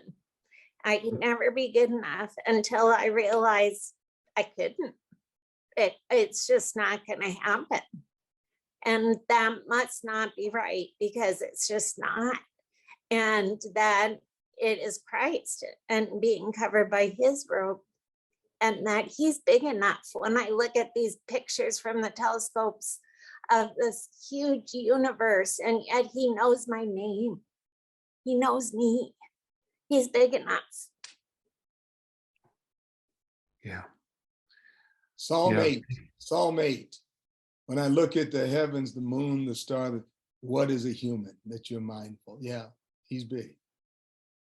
Yeah, thank you so much, Carol. Oh, you're absolutely right. You know, you and I both grew up with that same message in the heartland of America, and I so appreciate all that you have gone through to get to where you are. Thank you so much. It's so wonderful to have the whole Jarnes family as my friends, and I'm so glad that I got to be acquainted with you as an adult too. But yeah, what a frightening and ongoing difficulty that we face in all of this. And I'm so glad that you found peace. I rejoice that you found peace. All of us need to get to that point, don't we, Maury? Oh, without a doubt. And And part of it is hearing the scripture. Now that we have been justified by faith, we have peace with God. oh, absolutely. Why have we missed that, Maury? Right. I'm working on pieces that's coming out in the magazine where I point out that to many of us, the notion that there is peace in Christ through righteousness by faith, my Bible teacher presented it to be a sort of an abstract technicality. He said, yeah, that's true. That's just sort of a theological explanation. But the fact is, if you don't get perfect, you're not going to be saved. Right. That's how it was presented to us. Right. What is this again? This is spiritual abuse. Emmanuel, glad to have you here. Join the conversation, my friend. Yes, I would like to make a comment and then I will ask a question. When somebody is sick, we have to make a diagnostic. And I wonder if the problem we are discussing this afternoon is because the book of Revelation is really a terrible book, or because the Seventh-day Adventist hermeneutics reading something in the book of Revelation that was never there in the first place. My question, where are we going from here? Are we going 50 years from now, 100 years from now, sitting at the same place, talking about the same problem? What is the solution? I'm laying that one on you, man. You're the professor of G. I think, Emmanuel, thank you so much. You're turning the page and in a good way. Let me say this. Where are we going? I don't know. But I think of it this way. Adventist Christianity is getting larger and larger and larger. The larger it gets, here's what is inevitable. It will become pluralistic. It will have to accommodate itself to diversity. And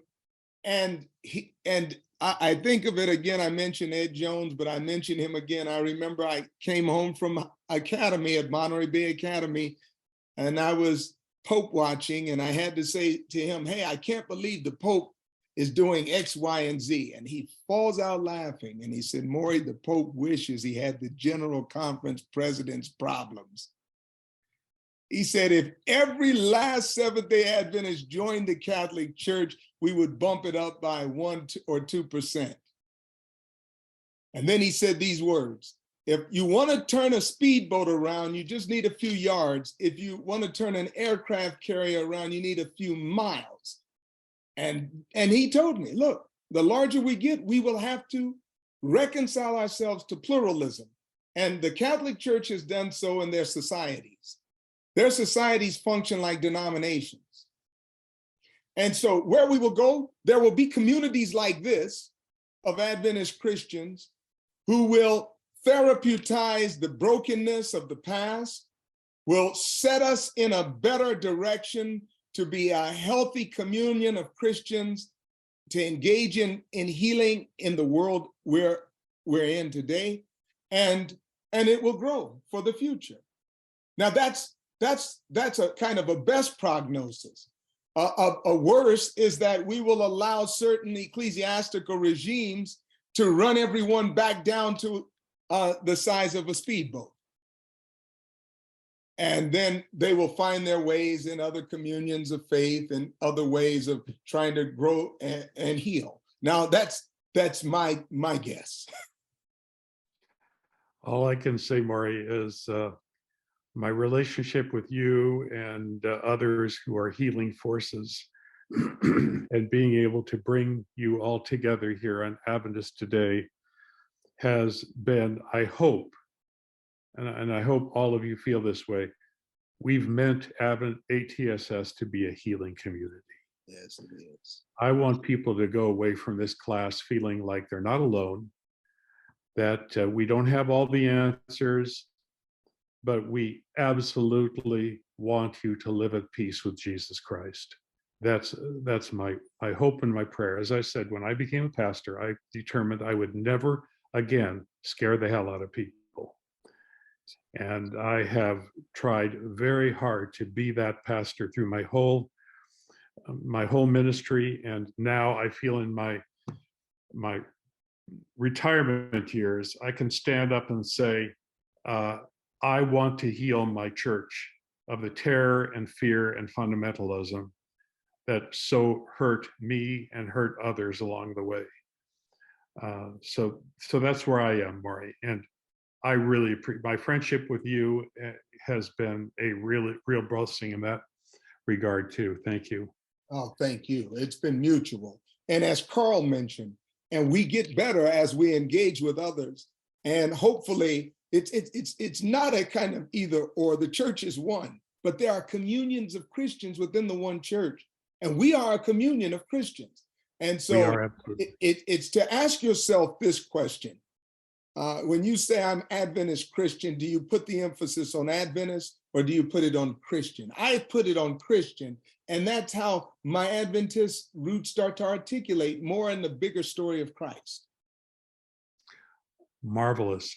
I was looking for a comment here that I thought was kind of interesting. Alina had said she had moved to the Catholic country of Poland, and she said, I found people there I moved to Poland several years ago, and my well-educated friends who also moved said to me, can you imagine how all of them are going to persecute us? She said, it's just a sad and very unhealthy way to live. She gave me permission to read that to you. It's still, as Judy said, it still continues. Ed, you're here. I think perhaps, Ed, we managed to take the conversation the direction you're suggesting away from just Revelation, which probably is more hopeful than we're supposing, and instead in the direction of what did the Seventh-day Adventist Church do with it? Yeah. Before I get to my main point, I just want to say I agree with Maury's idea that the church will become more pluralistic. At certain levels of the church, it probably doesn't want us to. Right. It would like us to be uniform.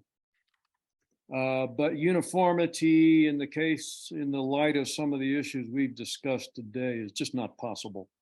Right. There are too many of us who are convinced that we haven't always gotten it right. Now I'm going to go all Buddhist. I heard a statement somewhere that most of our trouble lies either in the past or in the future. And even Jesus himself in Matthew 6:34 said, don't think about tomorrow. Tomorrow will deal with itself. So on that point, Buddhism and Adventism, Christianity, actually, at least from our Savior, have similar ideas. The trouble lies either in the past or the future. Now, as Adventists, we're pretty good at both. We like to go way, way back and focus on Revelation. We'd like to go back into the 1800s and focus on what was prophesied in the 1800s in a totally different culture and world. And then we like to skip to the future. We love this apocalyptic stuff. We're all over that. Witness the fact that we just spent so much time in Revelation in this seminar. The Catholics is another point. We go back into their past and then use their past to prognosticate what that means for us in the future. We skip right over the present. And I wish that we were not so resistant to the idea that Jesus promoted, which is the kingdom is now. The kingdom is among you. If we were as focused on the kingdom is now and the kingdom is among you, and if we were looking at the last part of Matthew 25 more, our focus would be so different than it is from focusing on the future. And today we're talking about fear, and most of our fear as Adventists is coming from the future. It's not for us today, it's the future we fear. But Jesus says the kingdom is among you now. Why do we insist on focusing on the future? Why don't we take Jesus' words and don't worry about tomorrow? It'll take care of itself. Let's worry about today. And be about Jesus' business today. We might mention to people that he's going to come back someday, and yeah, that's good. But I think our focus on the future has been unhealthy. And I just want to repeat, most of our trouble lies either in the past or the future. Oh, Ed, I want to say, I want to thank you. Let me just say it. I want to thank you for those words. I want to ask you, because I framed these words of Jesus this way. So I'm thinking about past and future and present, like you are putting. I conceptualize it this way. I'm thinking of Martin King. Okay. There was a story I saw in a documentary where it was told that at one time he had a 4.5-hour seminar in a hot, sweaty basement with the hardest gangsters in Chicago, because he was actually trying to keep them from going on the street and being killed. And a part of this was it was a seminar on his strategies. A lot of people know that King was an activist. Less people know the spiritual disciplines that he tried to train people with so that they could actually not come unglued when they got into activism. So for me, I'm thinking in this sense, yes, the kingdom is among us, but the kingdom is realized in its fullness in the eschaton for me now. That means it's realized one place, but actualizing in history. And that's part of the reason we live in a space where we have brokenness in the church and hope for a better tomorrow that coexist. And we can nurture the better tomorrow and go toward our realization.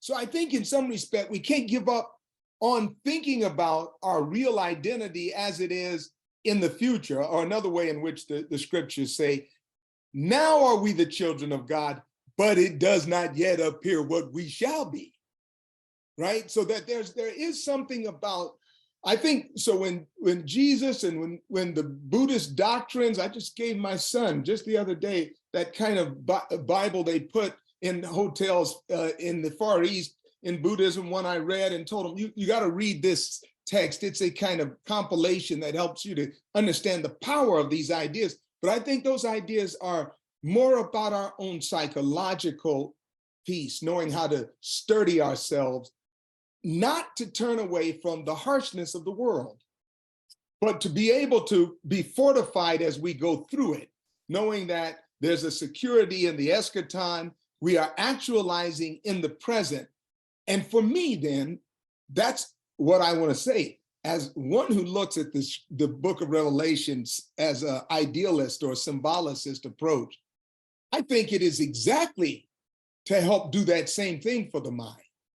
As I say, I look at it as a Van Gogh impressionistic writing of scripture, which my teacher, Charles Till, used to say, John had his beast, now what are yours? It's a way of us not putting something too far ahead of us or looking too far behind us, but looking within the reality around us and also generating the hope that is there. Fortify your mind, stable yourself. So I think these are resources that are also helpful for the present, for helping us to be present to ourselves and to our surrounding. Ed, you look like Maury, you're preaching too much and not convincing me. Well, my thought in response to what you're saying is running that most people probably would have difficulty keeping those things in balance. Yeah, I agree with you there. Yeah. So let me ask you, give me some advice. How much of my waking energy and thought should I use to focus on the eschaton, and how much should I use to focus on the here and now? You want to split it up for me, 90%, 10%, 50-50? What do you think? Let me say it, I would use it this way. You've heard that phrase that went around about maybe a decade ago that said, think globally, act locally. I would say think in the eschaton, act in the present. I like it. Ed, does that help you any? You Sure. know, in other words, I am a citizen of the kingdom and I happen to be in a foreign land. I'm an embassy of another kingdom. I have that embassy status. I have to live in this world.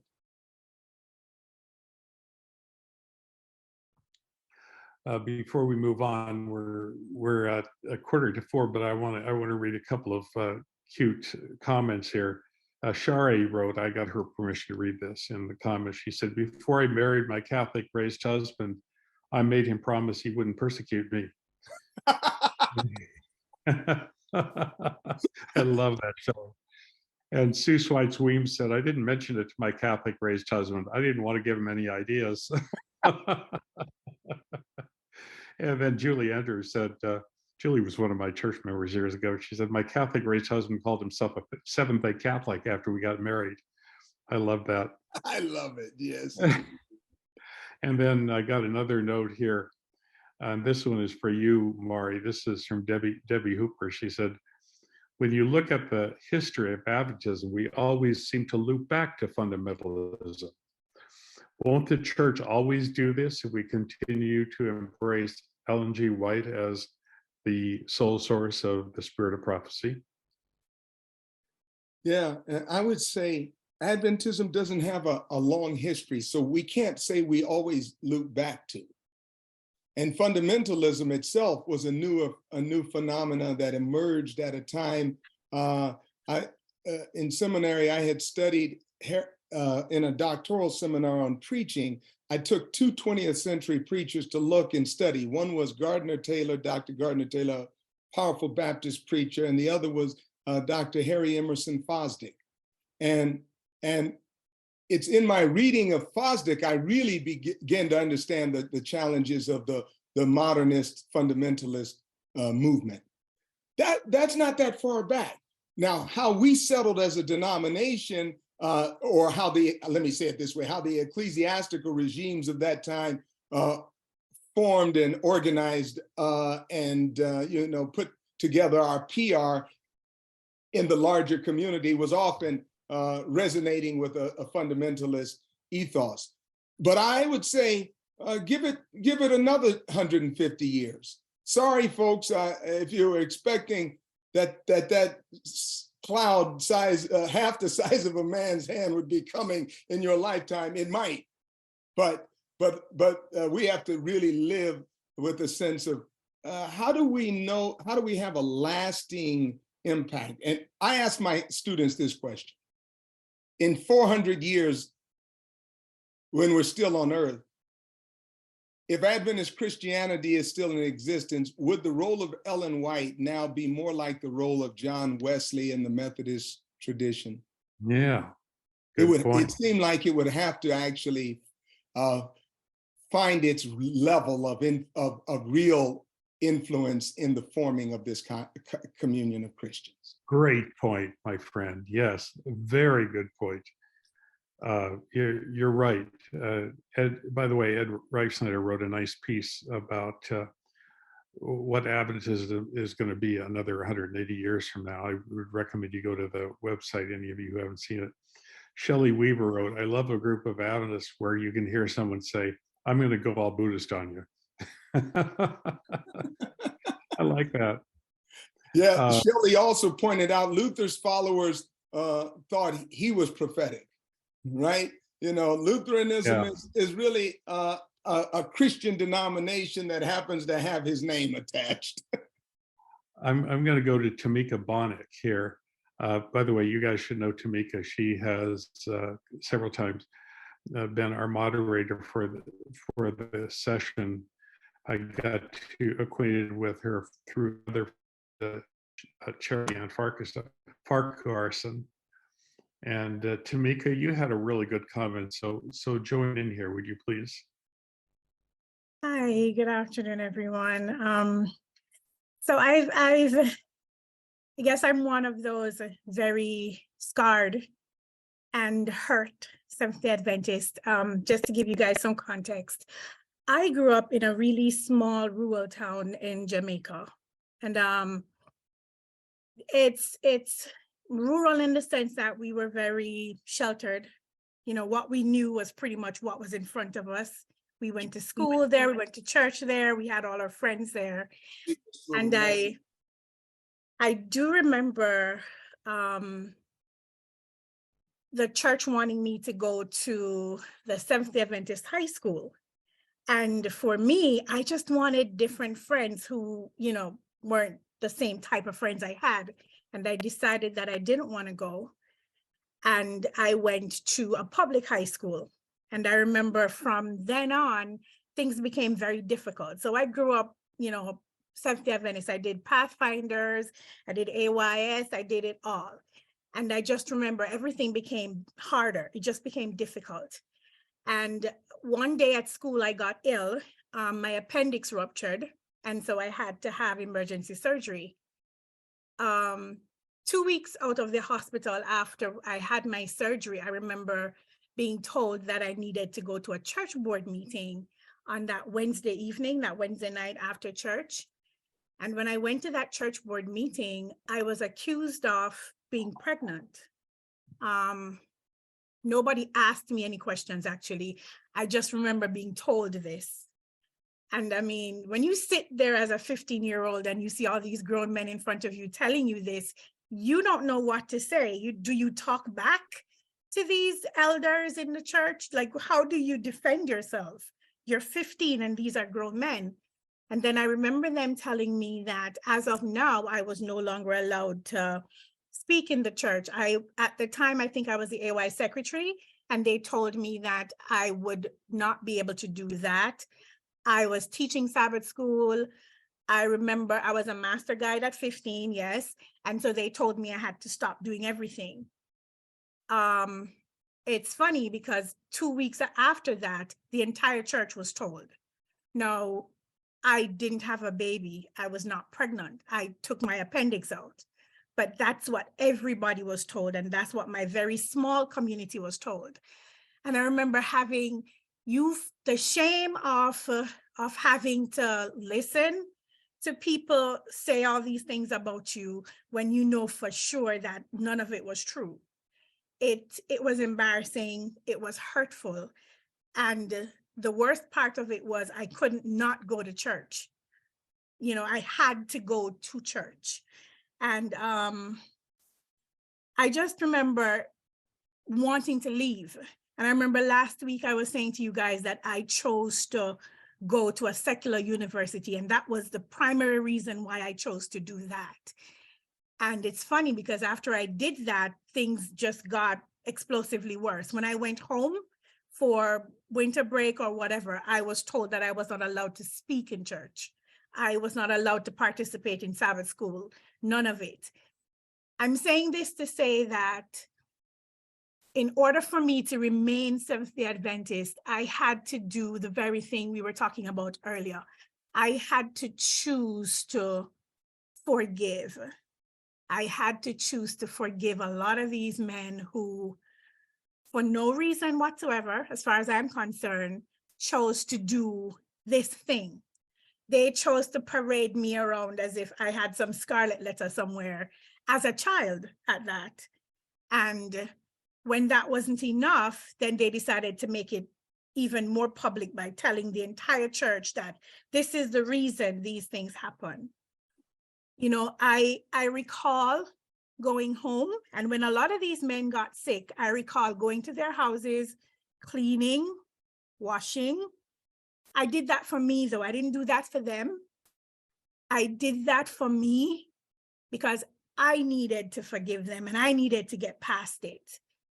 And I needed to stay in the church to shield the young people who were coming behind me, and just to make sure that they had somebody in their corner if this very thing happened to them again, if it happened. And for a lot of us who still identify as Seventh-day Adventist Christians, we identify as Christians first, yes, but because we understand the things that we went through, it is on us to make sure that in our little way, we protect the young people, because the young people aren't staying. They are not staying in church because they don't find that they find people in church. They find a doctrine and they find ridicule. So unless we stay and unless we show them different, then things will never change at all. Just won't. Yeah. Oh, wow. What a story, Tamika. Oh, well, that's amazing. And I really relate to you in this respect, that the reason I am working full-time in my retirement is not because I need to, but because I want to minister and make up for things like this that happen to people. I want the community I'm part of to be a healing community. And I just appreciate what you said. That is an amazing thing. Thank you so much, Tamika, for being so honest. Yeah, I'll just say, Lauren, briefly, one in the print journal quite some time back, I had published some small section of my own dissertation, which was dealing with the Adventist print media after 9/11 for about 5 years, the official journals. And I wanted to see what were the moral issue articles they talked about the most. Issues concerned with life and death, that's, war and capital punishment, etc. Issues concerned with social justice and issues concerned with love, sex, and marriage. What do you think they printed the most? These obsession about human sexuality.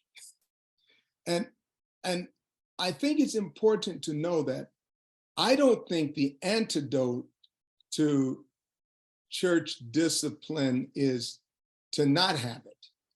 I think it's to have it properly. So I honestly would love to see some of our union and conference presidents discipline congregations and unions discipline conferences that will not ordain women. See, in a vacuum of the use of authority, you will find someone else using an authority that is inducing incredible fear, right? A congregation that would treat a young person like that should have come under the discipline of its leadership in the conference. So, and this doesn't have to be mean. This is graceful. It is to help them to model what Tamika did as a member. Namely, I'm going to be here as a caretaker of young people. Well, who's going to be as a caretaker of that congregation so that it can correct its perspective on what it means to shepherd and form people in the way of Christ? It's a terrible story to hear, and it's not unusual. In fact, I have a book chapter coming out in a book with various scholars from different denominations, and I tell a similar story that happened in a congregation that I was well aware of. Oh, it's entitled "The Role of Grace in Church Discipline." I think just the courage it takes for you to stand up and tell that story. Vince and then Dr. Johnston will be our last word. We just have a few minutes left. Vince, go ahead, and then Dr. Johnston. Well, I just wanted to say how much I appreciated this today, this talk, and it really resonated with me because half an hour ago or so, and we were talking about that quotation that no matter how bad things you've experienced or whatever or anticipated, the reality of what's ahead of us will be more than even you can imagine. And I can remember being encouraged by a sermon or whatever, or some deliverance. And then I'd say, but remember, there's this thing out there. And so my question is, I'm going to make this in hypotheticals. Ellen White, we believed, was moved by God to write these things down. I don't know, did she exceed what he directly wanted her to write and go off onto some of these things? So I'm wondering where God's foreknowledge in this is. Was he surprised at the reaction or at where she wrote this stuff? And then for that matter, way back when Lucifer was created, was God surprised by Lucifer?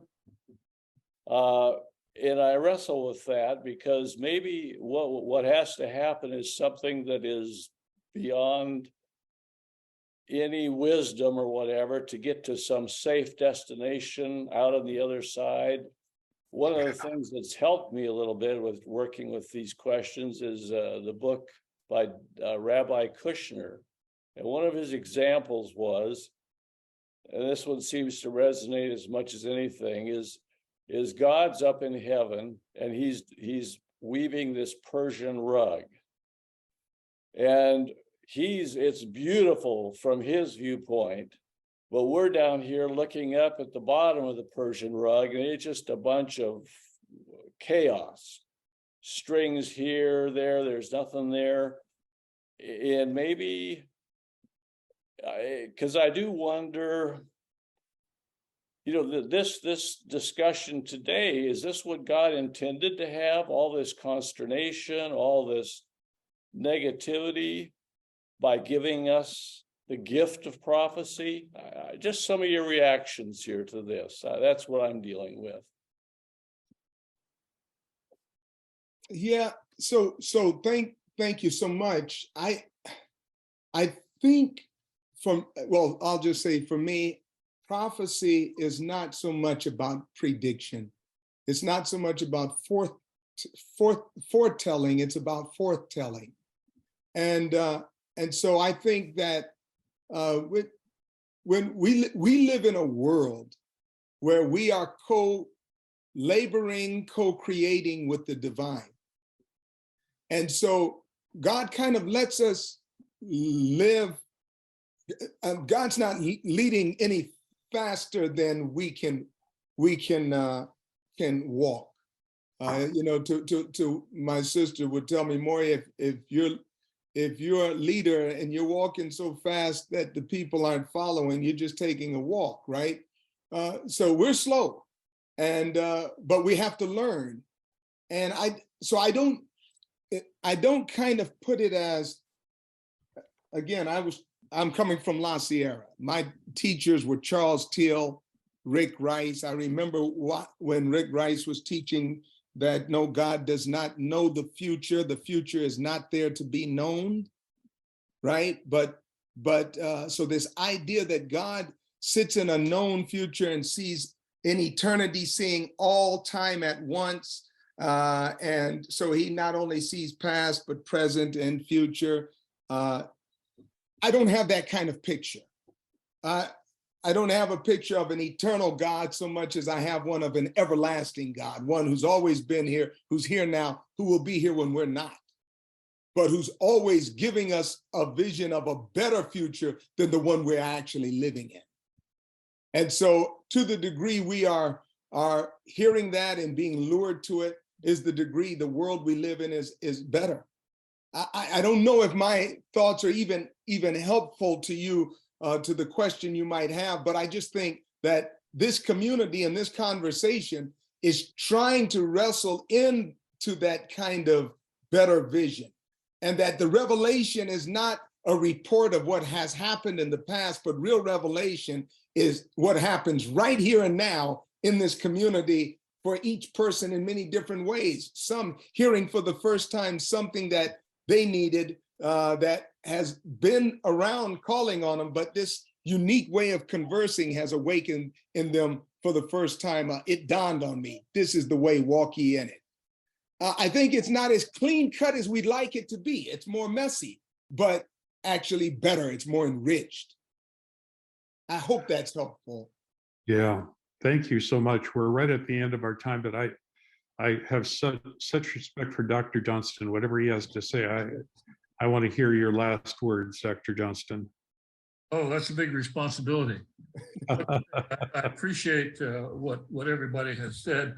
When I listened to the horrible experience that Lauren and so many of you had in the church, I began to think it was a blessing that I did not grow up in an Adventist family or go to Adventist schools until my second year of college.